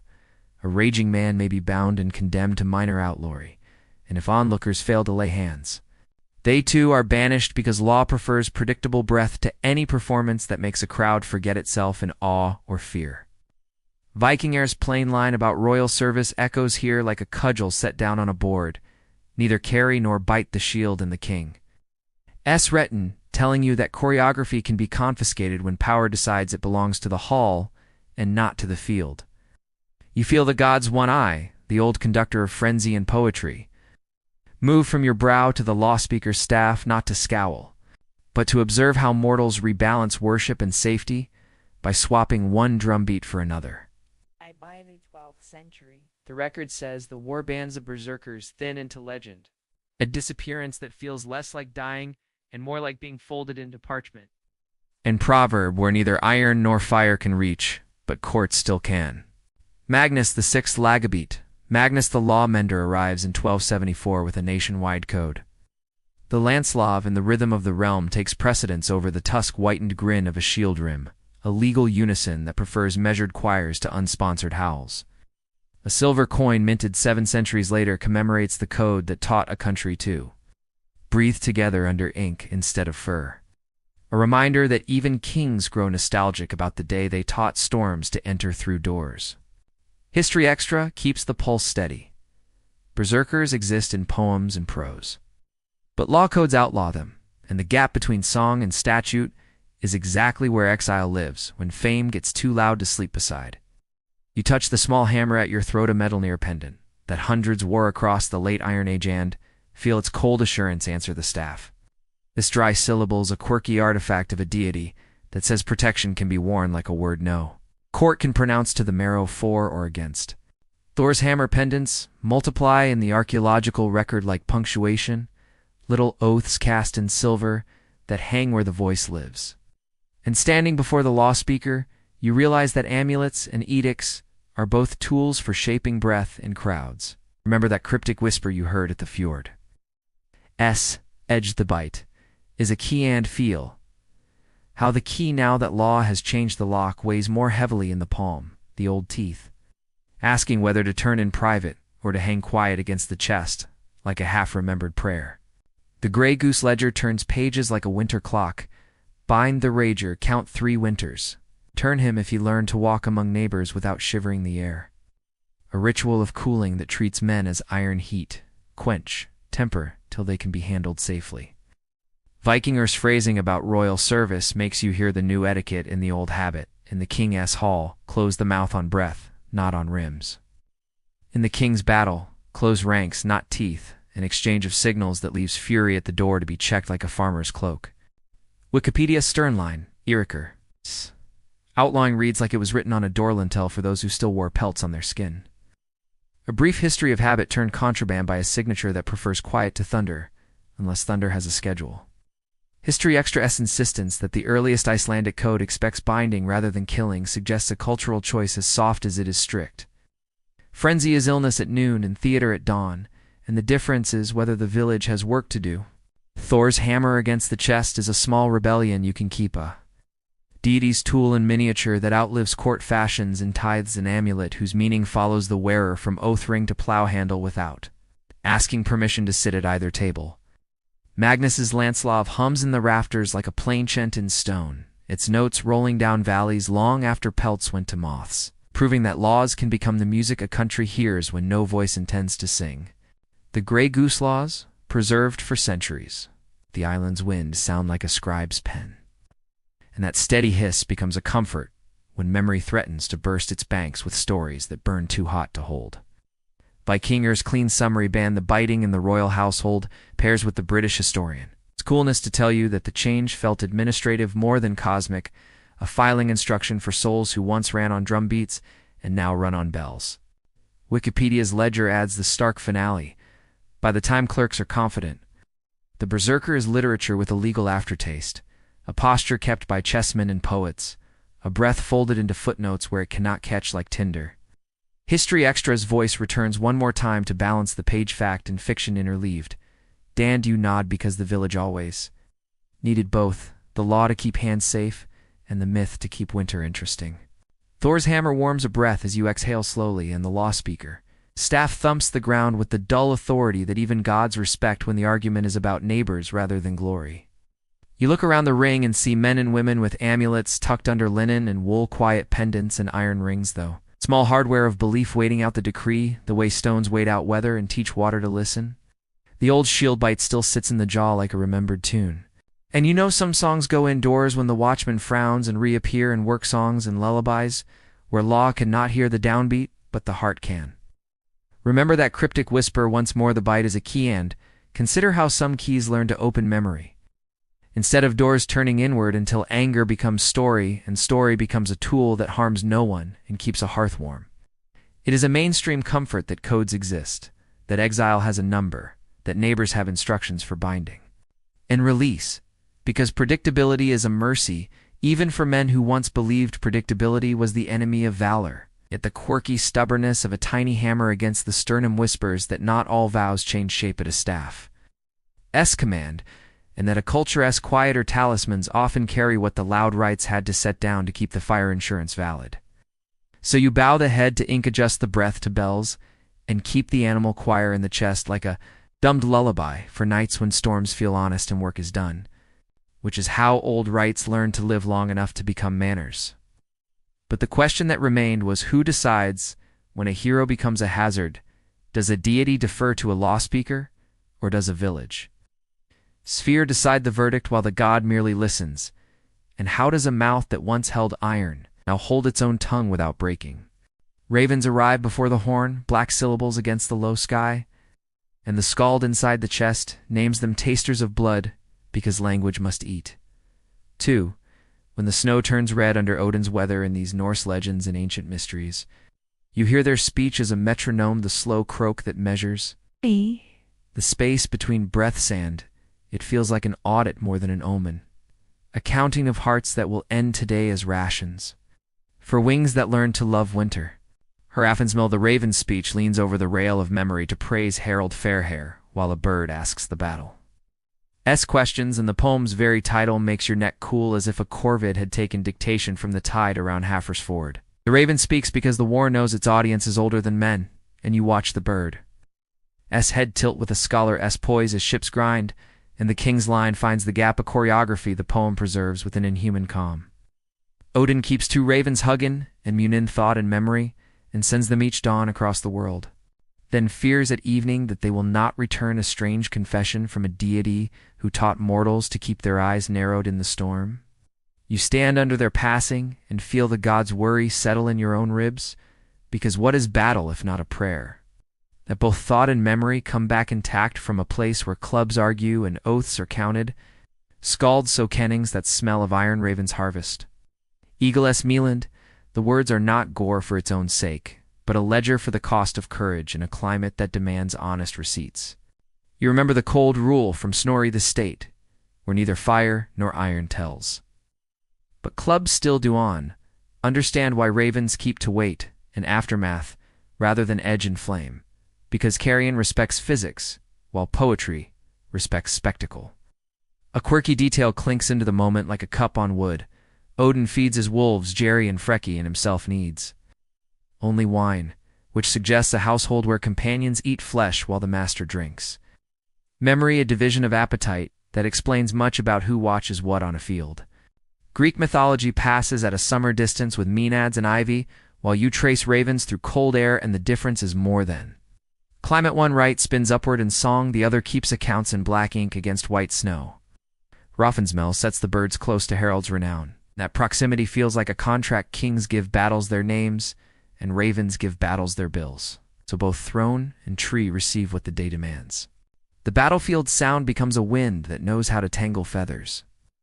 And you realize those black silhouettes are not decorations above the story, but auditors inside it, crossing out exaggeration with the nibs of their beaks.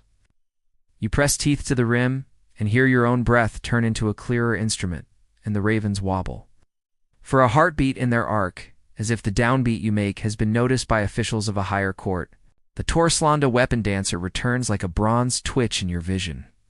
Bird-headed terminals peeking from a horned helm as if to crown the posture, with a small avian committee placed right where thought and memory sit. One eye scratched away on the die feels in hindsight like an offering to the ravens, a ritual subtraction that feeds. The bird's a detail while the wearer keeps the rhythm, sharing the price of focus with two creatures who trade in attention. At Hafr's Ford, the tradition says, prows locked and rails rasped while Harold's banner wove salt into its fabric. And you imagine black wings cutting low over the melee, uninterested in heraldry and devoted only to outcomes. Ravens do not romanticize. They inventory, and when a skald names them tasters, it is not flattery, but function, a job description baked into kenning the way frost is baked into granite. You ask yourself what it means to fight under auditors, and the answer is, steadiness, set the jaw. Set the heels, set the breath, because you are being watched by creatures that cannot be bribed by speeches. Odin's choice of companions makes a moral out of appetite. He employs wolves who eat and ravens who report, which means the god understands that outcomes must feed households, while stories must feed memory, each with a different beak. The Ulfhednar breath you practiced grows longer under the bird's slow circles, and the berserker furnace hums lower, as if both animals inside you respect clerks of the sky who stamp the day with their seal. Greek mythology would have priests read entrails, but here the augury is airborne. An ambulatory, a mobile verdict that perches over any roof and prefers the scent of salt to the scent of incense. Hrafnsmel's chorus of ravens and warriors makes the poem feel like a ledger read aloud by a choir. The kind of song that does not Photoshop the morning, but leaves in the smudges of spray and ash. You remember the Varangian halls where automata lions roared in gold and birds sang in brass to intimidate ambassadors? And you wonder whether mortal imitations of ravens are flattery theft, or a confession that power copies what nature already knows how to do? If the emperor's birds sing on command, the gods' birds do not. And the difference is the difference between theater and weather. The former built to awe, the latter built to agree with itself whether or not anyone claps. The shield bite's percussion seems, in this light, like a request for a visit.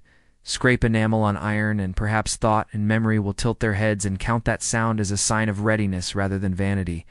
You keep hearing the cold phrase that a club obeys no trance, and in the same ear you hear wingbeats that obey no throne.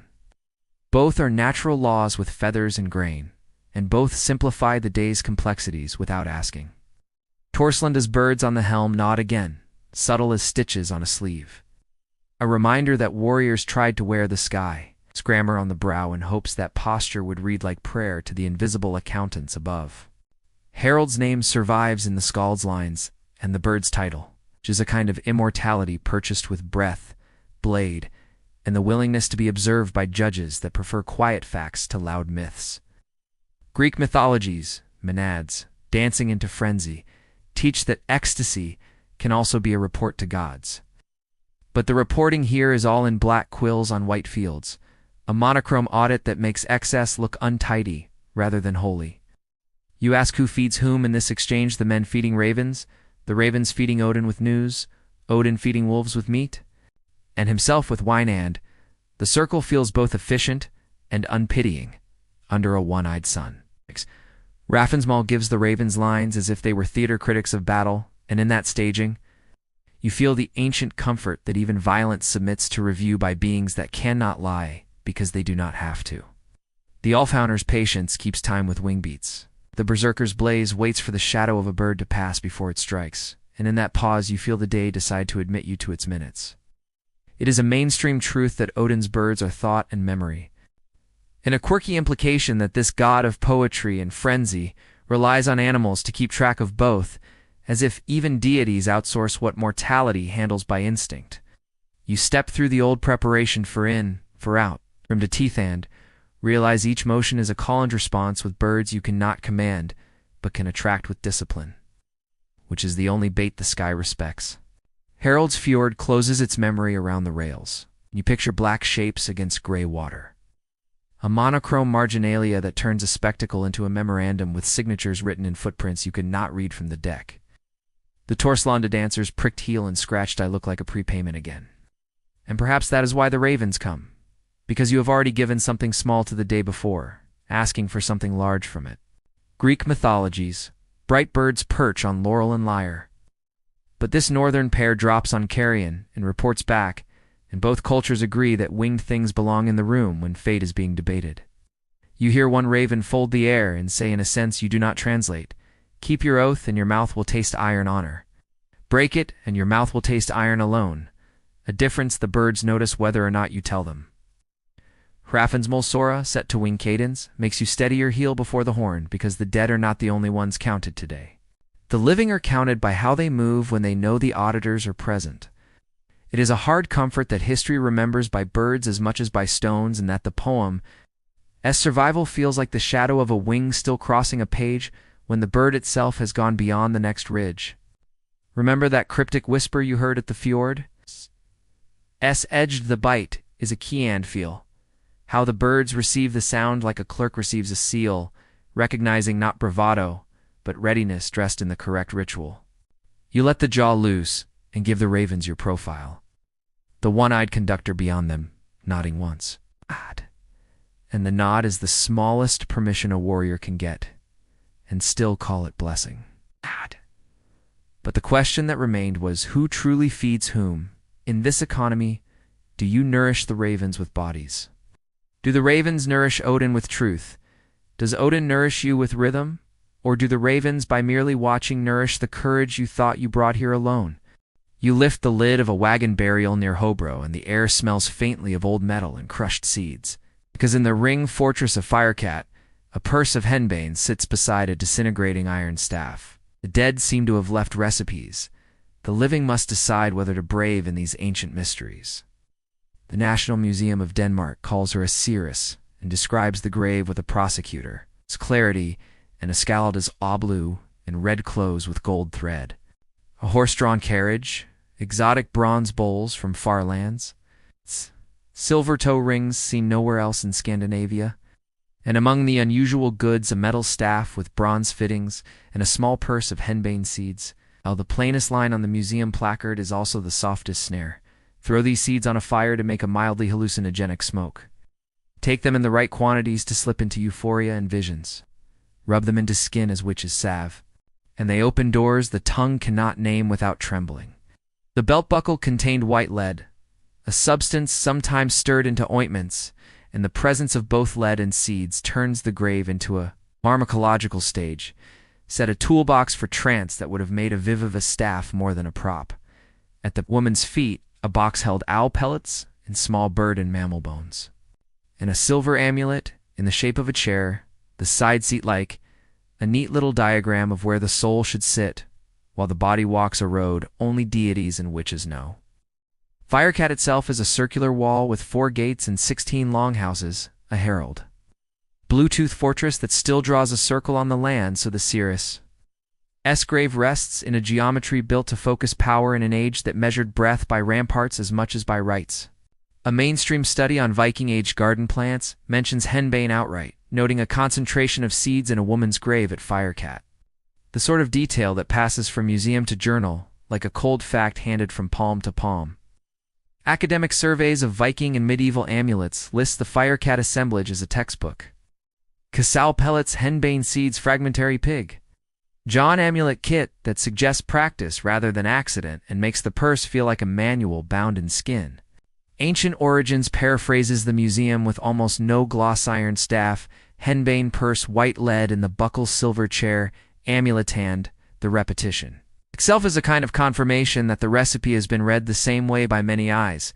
The quirky image that will not leave is the tiny silver chair, an amulet that turns posture into theology, a reminder that before smoke or salve there must be a seat for the mind, a place to sit where the door can be seen, and the hour counted down. You imagine the woman seated on a raised platform, staff in hand, as saga say Vavlor did, eyes half-lidded, while smoke curls from a shallow bowl, albone tokens and seeds waiting in the box for hands that know when to reach and when to leave the lid shut. The museum even hazards a line that touches the berserker without naming him, perhaps. She gave warriors and inhabitants of Firecat henbane before an important battle to give them strength and courage, suggesting that the plantis doorway might have been shared across crafts. Bornholm's botanical grave goods paper echoes the fascination. Another site, another plant, another set of seeds in the Firecat handful recurs as an example of purposeful placement, not a kitchen spill or an herb pouch lost in translation. If vulva means staff bearer, the iron rod with bronze fittings becomes the hinge of the whole burial, a tool of authority as much as the purse is a tool of access, and together they read like a double key carried by the dead 4 doors the living still try to find. Greek mythology peers in with the memory of oracular tripods and laurel leaves, but this northern rite smells of henbane and white lead rather than bay and smoke. And the seed is made of a silver amulet's memory rather than a carved stone-esque permanence. You see L's thesis on deviant burials lists Firecat as a case where plant remains have interpretive bite, a succinct line that reels the imagination back from romance toward evidence, like a fisherman tugging steady on a cold rope. National Museum pages on Viking seeresses show the chair amulet again, just to insist that the seat is not decoration but instruction. A portable throne for trance that fits in a palm and sits in a box until the hour requires ascent. The Viking Museum Firecat describes the ring's reconstruction, the marked rampart, encircled longhouses, and standing there, one can feel that geometry tucking the grave into a circle meant to hold families and storms without spilling either into the marsh. Ancient Origins preserves the detail of a bronze cup with a fatty substance and a grass cover, a container that could as easily hold a salve as a broth. A tactile reminder that trance can be stored like food. It's then taken out and warmed when the sky asks for a different kind of answer. The garden plant's paper ties the seed concentration to deliberate inclusion. an archaeology of intent that keeps the purse from shrinking into coincidence when the catalog closes and the docent turns to the next case. Diva's amulet survey mentions an amulet bag at Burka and hair and stones in Finnish graves to warn against overgeneralizing, but uses Firecat's specific list to argue that some collections of small things are more than the sum of their curiosities. The museum's question lingers like a half-extinguished cold. Did the woman from Firecat rub henbane into skin? And the white lead in the buckle makes the question feel like an invitation rather than a provocation. Remember that cryptic whisper at the fjord's edge? The bite is a keyond here, the same mechanism here, and seed and salve and seed a key with 3 teeth, any one of which might turn a warrior's breath toward courage, or a seer's breath toward sight. The Ring Fortress timeline places Firecat around 980 Herald. Bluetooth's reign a liminal moment when conversion and custom overlapped like 2 songs in a doorway. And the Seeress's grave reads like the last word of a dialect about to go quiet in public while thriving in private.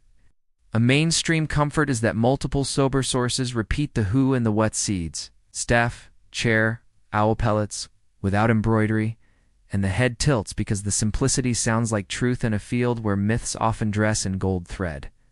The quirky sting is that this recipe survives not in parchment, but in purse and buckle and bones. A ritual preserved as a shopping list of small things, as if the god of doors preferred pocket notes to grand inscriptions. Try to picture the smoke mildly. Hallucinogenic museum assures, and it seems less a riot of visions than a narrowing of corridors, a door handle gleaming where before there had been only a wall, a change modest enough to keep breath steady as hands work. Greek mythology's Pythia breathes vapor from a crack in the earth. This woman breathes seed smoke from a shallow flame, both seated, both observed, both tasked with returning something from a room few can find without a guide. The museum's offhand suggestion that warriors may have shared her tools makes the circle close at last, linking seer seat and shield bite by a thin rope of smoke that might have pulled a line from panic toward pace.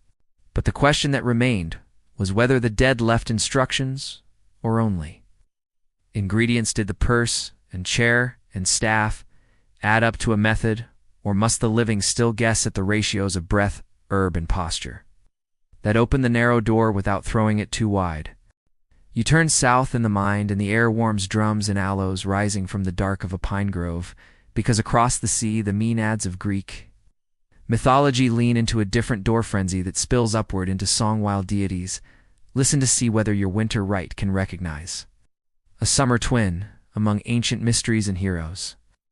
You stand on a mountainside above Thebes as ivy crowns sway and fawnskins flash between torches, and you feel the thyrsus of fennel wand tipped with ivy or pine thrum in the hand, like a reed that asks to be both scepter and strike, both invitation and warning. Dionysus, god of wine, vegetation, theater, and ritual madness, moves through the line with a smile older than vines, and the women leave hearth and loom to dance in Thai. Lee bands whose steps turn the slope into a breathing stage. A mainstream fact steps forward in sandals and ivy. The rites include sparagmos, the tearing apart of living animals, and omophagia, the eating of raw flesh. Sacrament, a reversal so complete that the act becomes a door to the god, rather than a crime against the field. Britannica names the scene in full voice maenads with thiasoy, crowns of ivy, snakes charmed in the hand. Preternatural strength under the god's inspiration, omophagia performed as participation in divine life, and the sentence lands with the coolness of a clerk describing thunder. The quirky, unforgettable title rolls, like a drumbeat, Bromios, the Thunderer, Torakeros, Bullhorned. Torprosopos, bullface names, that announce a god who wears animal force as easily as mortals wear wreaths. Athens builds festivals around this current churl and city Dionysia. Anthesteria, Laniahund, the theater itself flowers from these rites. Tragedy and satyr play, rooted in processions that taught a city to sing its own questions aloud. Rome meets the cult under the name Bacchus and tries to measure it with chains of law. And in 186 BC, the Senate posts the Senatus Consultum de Bacchanalibus as an old Latin inscription forbidding the bacchanalia, except under rigid approved conditions. The decree bans men from priesthood, limits gatherings to tiny numbers, and threatens death for leaders. A civic recoil so intense that Livy records more executions than imprisonments as the Republic labors to quarantine ecstasy. Scholars still debate whether the panic was politics in a mask or true fear of a cult that reversed the day's order. But the inscription S survival in stone is a mainstream anchor. The state tried to domesticate frenzy with chisels and penalties. Back on the Greek slope, Dionysus answers skeptics with mythic prosecutions. Pentheus spies on the rites and is torn apart by Bacchants. Lycurgus opposes and goes mad. Titties that refuse the god taste draughts of the body as much as the tongue. The thyrsus itself is a strange septerfennel, stalk wound with ivy topped with pine or ivy cones. Dripping honey in some tails, gentle and lethal at once, a wand that can bruise or bless depending on the rhythm in the wrist. The Maenads' uniform fun, skin, ivy crown, bare feet, hair unbound, reads like a manual for exchanging civility for immediacy. A uniform for leaving the polis to find the god in the wild where domesticated animals are not the coin of sacrifice.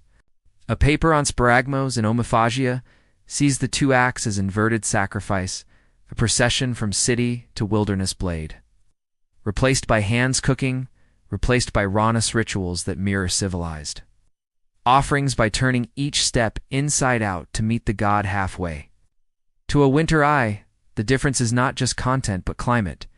Your shield bite narrows the room to aim. Their cry Yui widens the air to receive. Both trances tuned to deities who prefer action over adjectives, but set their music in different keys. The Roman reform keeps a historian's footnote. Bacchanals persisted in southern Italy despite suppression.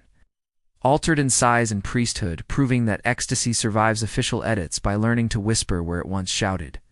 Greek mythology insists that women's bodies carry the paradox homebound in law, hillbound in right.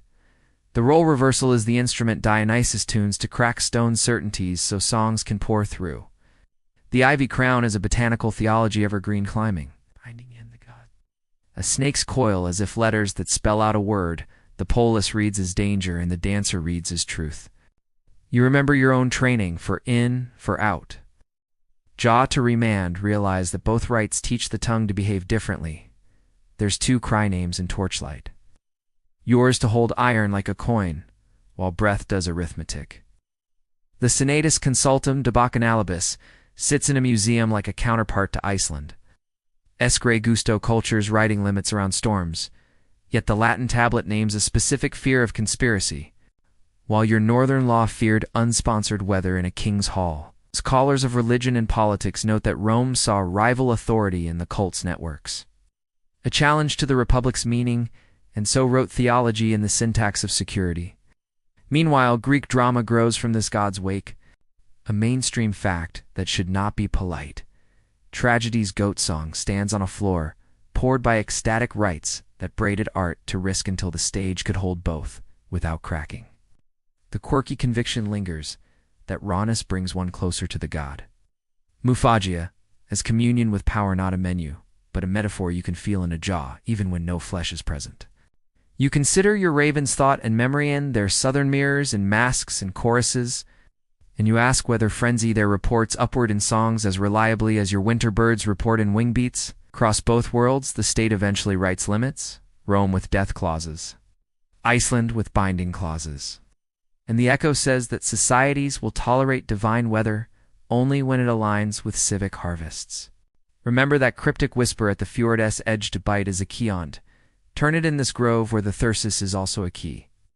Tapping ground and hearts until the lock admits a god whose titles hiss like ivy, bromios torriceros, homophagios. So you ask the honest question a traveler must. Did different deities teach mortals the same dangerous door? Or do doors merely look alike in dim light, while the rooms beyond them change everything about the breath that steps through? But the question that remained was whether Maenads and berserkers are cousins, or, Miraz does, the summer whirl served the same hunger as the winter bite. And would either god recognize the other's song as worship rather than error? You hear the word hero applied not to monsters but to sworn men who stand so close to rulers that breath and oath become one thing, and a chill clarity follows. Elite guards and bodymen are raised from the wild choir to serve order with teeth hidden until needed under Norse legends and ancient mysteries of deities and heroes. Harold Fairhair's poets praise wolf-skinned fighters who carry bloody shields, form a closed group, and earn a prince's trust, and the line lands like a bronze seal: bodyguards, champions, not outlaws. Their animal vow recruited to hold a throne's edge. Earlier sagas portray berserkers as bodyguards and elite soldiers standing at a king's shoulder. Champions who hold the prow in sea fights in the doorway and halls, a reputation that only later curdled into tales of boasters and ravagers, when fear held the pen. Hofnesmel's fragments set to crows and oars back this with a skald's clipped authority. Harold's men are trusted in the crush a closed group, whose howls serve strategy not. Spectacle and the praise reads like an appointment to a post, not a diagnosis. Comitatus is the shape under the cloaklord and retinue, a single animal, and in the north this becomes herd and household. A ring of sworn men who hold corridors and thresholds so the realm can breathe without flinching when the wind rises. Across the seas centuries later, the housecarls of Anglo-Saxon kings embody the same. Grammar private bodyguards and professional fighters at the king's side, wielding long-hafted, Danish axes that bite horses and helms heroes in service, not monsters loose in the grain. English heritage calls them the finest soldiers in Europe. At Hastings, private bodyguards sworn to a man in a moment, and the two-handed axe becomes a visible oath swung through air until it sounds like a bell no crowd can ignore. Specialists explain their kit with loving exactness: helm and mail. Hauberk over gambeson, axes light and balanced enough to switch hands, equipment that reads like a uniform for guardians, whose job is to be entirely present where the world narrows to a doorway. There's a familial echo here. First, berserkers and Ulfhednar. Close around a prince in Skaldic lines, then housecarls close around a king on an autumn ridge. And both are remembered first as heroes of proximity, before later centuries turned some of them into ogres to frighten children. History Extra lays the shift: barely sources as bodyguards and champions, later ones as braggarts and devils. And the editorial change says as much about the scribes as the fighters, because fear likes to write morality plays after the oaths have gone quiet. Varangian guard entries add the marble echo: foreigners sworn to emperors' axes in halls where lions roar in brass, a personal bodyguard whose loyalty was a visible theology in gold light, terrifying not because they were monsters but because they would not look away when danger came.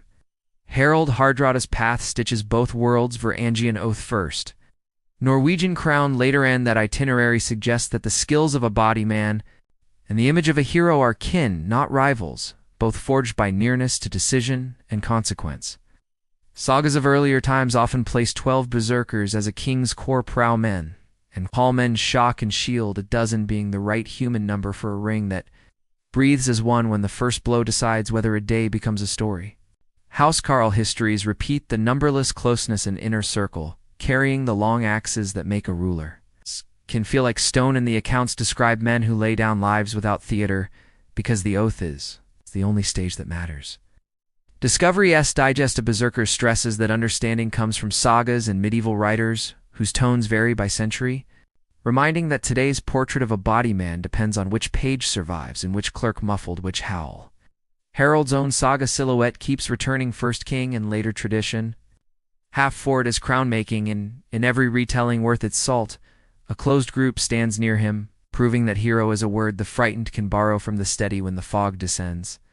Wikipedia is caution that sources diverge on details only, sharpens the one point that does not: princes place trust in such men, and that trust is how a bellow becomes an instrument instead of a nuisance, how fear wears a bit, how the line keeps its posture. English heritage's lesson on the axe becomes a parable, and the right hand's a terrifying weapon can also be relief. A cleared space, a doorway, a king can step through, and address the realm without flinching at the shape in the corner. Remember that cryptic whisper you heard at the fjord? It's etched: the bite is a key, and understand why kings kept biters near. A key opens danger, but it also opens safety, and the same jaw that scraped a rim could anchor a household when rumors shook the beams.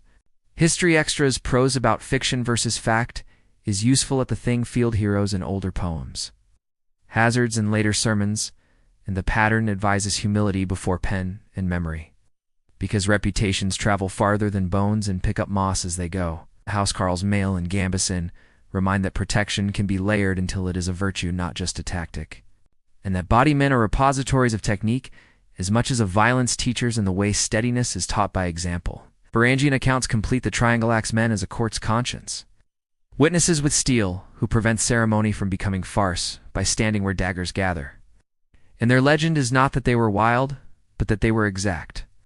Bad retellings always prefer monsters, but bad retellings do not hold hallways when the lamps gutter. The sworn do, and that is why rulers spent silver and poems on them, why names stick to their pelts longer than to their helmets. Harold Fairhair's page, however contested, anchors the intuition. Unification tales always feature chosen men near the banner, men the prince trusts when a fjord turns into a room with too many doors, which is what a battle is. Housecarl articles call them private armies, and the phrase sounds modern only until the moment a ruler needs eyes and axes to stand as sentences into which no one else will. Insert a comma. Varangian overviews call them terrible of aspect, and terrible is often another word for honest, when honesty must be plainer than comfort will permit in a room where power worries about betrayal. Discovery's survey warns again that the chorus of sources is uneven, but the melody endures a lit. Proximate. Trusted and the endurance suggests that culture keeps certain archetypes because climates do. Remember the warder biting his shield and ivory rook as body man. Corner as mouth end. Notice how the game knows what halls know. Corners that bite make rooms safe, and safety is the first story a ruler wants told without words. But the question that remained was who writes the word hero? When fear holds the pen, does the law speaker, the scowled, or the nearest living witness decide? And how does a sworn man keep the word honest when tomorrow? A scribe prefers monsters to neighbors. Language keeps the ember when the fire is outlawed, and the phrase go berserk survives like a warm coal in the mouth, an everyday idiom that remembers the trance, even when the right dissolves under the paper weight of law and time in these Norse legends and ancient mysteries. You say it without thinking. Fans go berserk, markets go berserk, toddlers go berserk, and each use is a tiny procession across a winter field. A borrowed pelt laid over a moment that needs the noise of a storm more than the storm itself. A mainstream etymology sits with a scholar-esque calm. Berserk comes straight from the Old Norse Berserker, the bear shirt, or perhaps bear shirt if one trusts Snorri's later reading. A word that walked from saga into English and stayed to teach modern tongues how to name fury. Adam in line adds dates the way a skald adds spears introduced into English in 1822 by Sir Walter Scott as berserkar, the adjective used by 1844, and the chronology makes the revival feel like a winter herb sprouting after centuries asleep. Dictionary pages, careful as law speakers, split the meaning into temper and tempo, markedly out of control due to intense anger or excitement. To become very angry or very excited, idiomized as go. Berserk definitions that smooth the splinters but keep the grain. Wiktionary still notes the two etymological doors bear shirt versus bear shirt, tanned then gently leans toward bearskin. The older reading now favored, like a museum sign that shrugs toward the pelt draped on the mannequin with a knowing smile. Oxford and Longman list go berserk as informal and common. Early 19th century origin, from Old Norse Berserker, a note that makes a modern bus stop feel like a Ford, when someone mutters the phrase under a breath that fogs a phone screen. Farlex S idiom file and American Heritage S entry both name the Norse warriors outright inside the definition, as if modern speech still insists on inviting a God-souled houseguest to stand in the doorway when we describe a sudden storm of feeling. You lean the phrase against your ear and it sounds like a sheath axe humming the decaffeinated echo of a rite that once taught jaws to bite rims until iron tasted like a key that could open a man's breath to the narrow place where fear behaves. A mainstream anchor holds the etymology to the shore berserker in Old Norse. Act stations. Outlawing in 1015 so, the idiom even casual remains tethered to a legal and ritual past that kept clubs, oaths, and winter rooms in one grammar. Adam lines. Need aside preserves a 19th century gloss on hammer-me strength acquired from another body, and the note reads like a diagnosis taped to a word that now describes toddlers and stock tickers with the same borrowed thunder. Merriam-Webster's simple examples packed stadiums, kids at splash stations, lend the phrase a playful coat. It's a quirky afterlife for a term once reserved for men who tested edge and fire while trusting only clubs to tell them when to fall. You look back to Lewis and see how ivory taught the tongue before dictionaries did. Warders biting shields so hard the modern caption can't avoid. The old name in the game's quiet pedagogy becomes a bridge from saga to slang. Torslanda's little theater one-eyed dancer with bird horns beside a wolf-headed warrior feels like a proto-lexicon entry. An image that says more efficiently than a paragraph what Berserk and Ulfhednar try to do in syllables. The idiom flattens gods into grammar, yet gods travel well that way. And Odin's shadow lingers inside Go Berserk, like a faint coin press on the brow of a sentence, used to explain why a crowd moved like weather rather than like citizens. A legal echo clinks beneath the words bind the rager, exile 3 winters, forbid shield biting in royal service, and you realize that idioms can keep what laws erase. A cultural stash that fits in a pocket where no staff can reach. Etymology browsers retell the revival Scot, 1822. The adjective by 1844, and the dates feel like a made thing waking up. As if English tried on a pelt and found it fit a kind of modern frenzy that still needed an older name. Wiktionaries, phonetics, and Oxford's stress marks turn the right into sound coaching, making sure the mouth remembers how to carry the word even if the hand has never known how to carry a shield without trembling. The Free Dictionary's idiom entry offers little urban fables. Mom will go berserk. The coach went berserked in these mini-sagas make the phrase a domestic tool that shapes narrative without requiring the fjord or the law rock. You say go berserk and hear a museum in the attic, Snorri's sentence that clubs still bruise. Chessmen gnawing shields a fjord, remembering rails that rasped at half's ford, a law speaker telling a village how to bind hands without binding a soul. Merriam-Webster keeps both paths violent anger and giddy excitement, which is honest, because frenzy does not belong to harm alone. Sometimes it is joy that grows too big for its box and knocks at the walls with both hands. Oxford's origin note keeps both roots in playbear and barand. The ambiguity mirrors the right. Own 2 doors. Pelt and posture. Animal and absence. A vocabulary that organizes breath, whether or not anyone howls. Longman's quick bear plus shirt gloss says the quiet part out loud. Clothing is instruction. And the word itself wears a pelt that tells the tongue how to move the air when a story needs a gust. Remember that cryptic whisper you heard at the fjord? Edge the bite as a Keond realized that modern speech still pockets the key by calling a mood berserk. A way of tapping the old metal against the door without daring to turn it all the way. The idiom's survival is a mainstream comfort and a quirky warning. Comfort, because memory endures in plain talk. Warning, because words can outlive rituals cleanly enough to feel like toys, even when they once opened perilous rooms. You roll the word on the tongue, and it rolls back consonants like rails. Vowels like orzand, you consider how many rights have left only grammar behind. Little altars of meaning where once there were drums, smoke, and the deliberate closing of teeth on iron.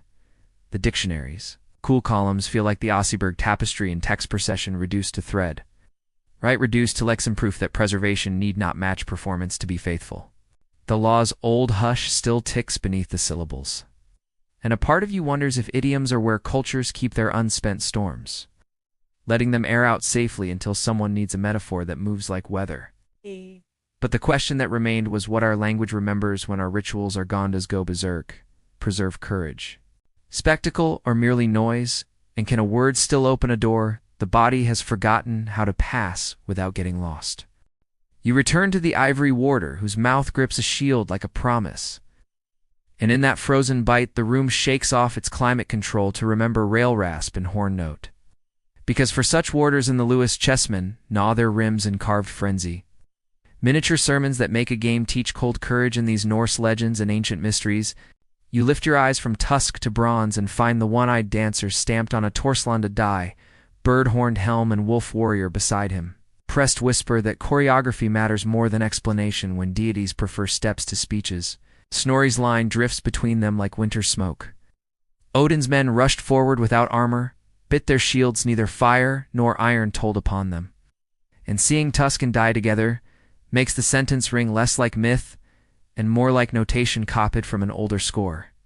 The Metzcool caption calls one warder a berserker, so eager for battle that he contains himself only by biting the top of his shield, and the curator. S-tone feels like a museum's attempt to hold a storm politely by the lapels, while still letting the wind rattle the glass. A mainstream comfort drops into the palm like a coin. The warders are Rook's warrior pieces, instead of castles and unusual. European choice that preserves a human face where most boards would rather build a tower on. That human face is busy making it sound the enemy can hear across water. The quirky forensic note on the Torsland of Plata I struck out after manufacture heel pricked by a spear and a mirrored Sutton who occurrix like a soft cutting bell, reminding that some rites mark the body in tiny private places so focus can be public without breaking. Odin's ravens arc overhead again, Hugin and Munin, thought and memory, daily auditors of men and kings. And the worry attributed to the god that they may not return by evening feels like a confession, even a deity must make when he outsources witness to wings. Holding warder and dancer in mind at once, you see how ivory and bronze game and helm foil keep different halves of the same sentence spectacle and step and. How both are needed to coax mortals into moving like weather, only when the hour demands it. The rediscovered warders sold from an Edinburgh drawer for a king, some years ago, reminds you that ordinary hands can misplace storms for decades and still keep them safe, which is a merciful parable for cultures that forget their doors until someone tries one by accident. Meanwhile, the Torsland plates list their scenes like a set-list walking warriors. Dancing with a wolfskin, man with axe and roped animal. Man between bears and. The catalog reads like a rehearsal sheet pinned above a longhouse bench, where breath practice hides in plain sight. You taste iron on the tongue that ice and tea there, and hear teeth on a rim that ice and tea near. A phantom percussion taught by artifacts that prefer to live in cases, yet refuse to stop making the old sound inside anyone who reads their faces too long. A historical fact steadies the thought for biting warders identified as Berserkers by Madden in 1832, the name warder coined to place them between footman and knight-hand scholarship. Becomes a second mythology that keeps the first from dissolving under warm lights. The one-eyed danceress missing eye caught by laser scan makes scholarship blush into devotion for a heartbeat. Because the artisan-esque cut feels like a rite performed alone in a workshop where the goddess whether paused to watch a man remove a dot of sight so others could see straighter. Hugin and Munin, thought and memory, are the ravens you need most now. Because thought arranges the steps and memory remembers the downbeat, and neither will come unless called by posture rather than by wish. The ivory warder insists that intimidation is a tool. The bronze dancer insists that preparation is a spell. The ravens insist that witness is the final offering. And together they frame a doorway that never had a hinge until breath made one. Remember that cryptic whisper at the fjord. Edge the bite is a key and feel how the key has been duplicated across centuries in Tuscan. Plate and caption and scan in wings that fly out each dawn and hope to be forgiven each dusk for what they had to see. A modern note sticks like a splinter our speech says go berserk. About crowds and market sand, language feels like a small chest where an old pelt is folded, still warm enough to remind a mouth how to shape the weather without actually calling a storm. The question left on the table by chessmen, plates, and birds is not whether the god is real, but whether the body will keep practicing. The one-eyed step and the jaw astound beat when no skald is listening, a private fidelity that keeps idols from doing all the work. It is a mainstream comfort that both artifacts are real and well described, biting warders in museums. Odin's dancer traced by scans and that their details agree with the cold lines of a saga about shields, teeth and the curious failures of fire and iron. It is a quirky delight that one rook's helmet looks like a bowler hat in a curator's aside, and one dancer. Helm has bird ears, because power can afford to be ridiculous and still work, so long as breath keeps time and the ravens sign off. You set the imaginary shield back on an imaginary deck, feel the old rim kiss your teeth once as a test, and let the dancer. To spear posture, settle the spine by a degree only your ribs can measure. But a hand that knows when spectacle is a fuse and when it is a firebreak. You leave the gallery as if leaving a fjord at dusk with tools in the jaw, a step in the ankle, and auditors in the sky, and you do not name. The god because a name would be a noise and the air already knows what you borrowed. Greek summers, Roman edicts, Icelandic law rocks. English idioms, Byzantine axes, and Danish seeds all file past like a procession whose banners no longer need to prove themselves, because the artifacts have done the proving without shouting. So you hold the key where the breath can find it again, in ordinary hours when no one is watching, and ask the one necessary question before any door that matters. But the question that remained was, what part of this legend still waits in you to awaken thought? Memory step or by an and, which witness will return by evening to say the shape you chose was steady enough to keep the world from breaking. The room exhales, the lights lower, and the ivory shine softens to a quiet cream while the bronze in memory cools from sun to shade. A slow easing that invites breath to widen again after so many narrow corridors have been walked with deliberate feet.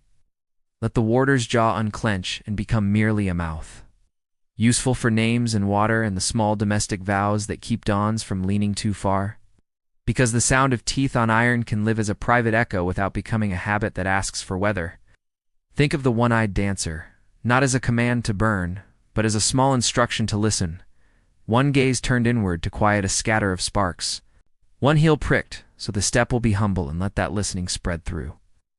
Fingers in floorboards, while horns and drums fold themselves into cupboards where they will be safe until tomorrow.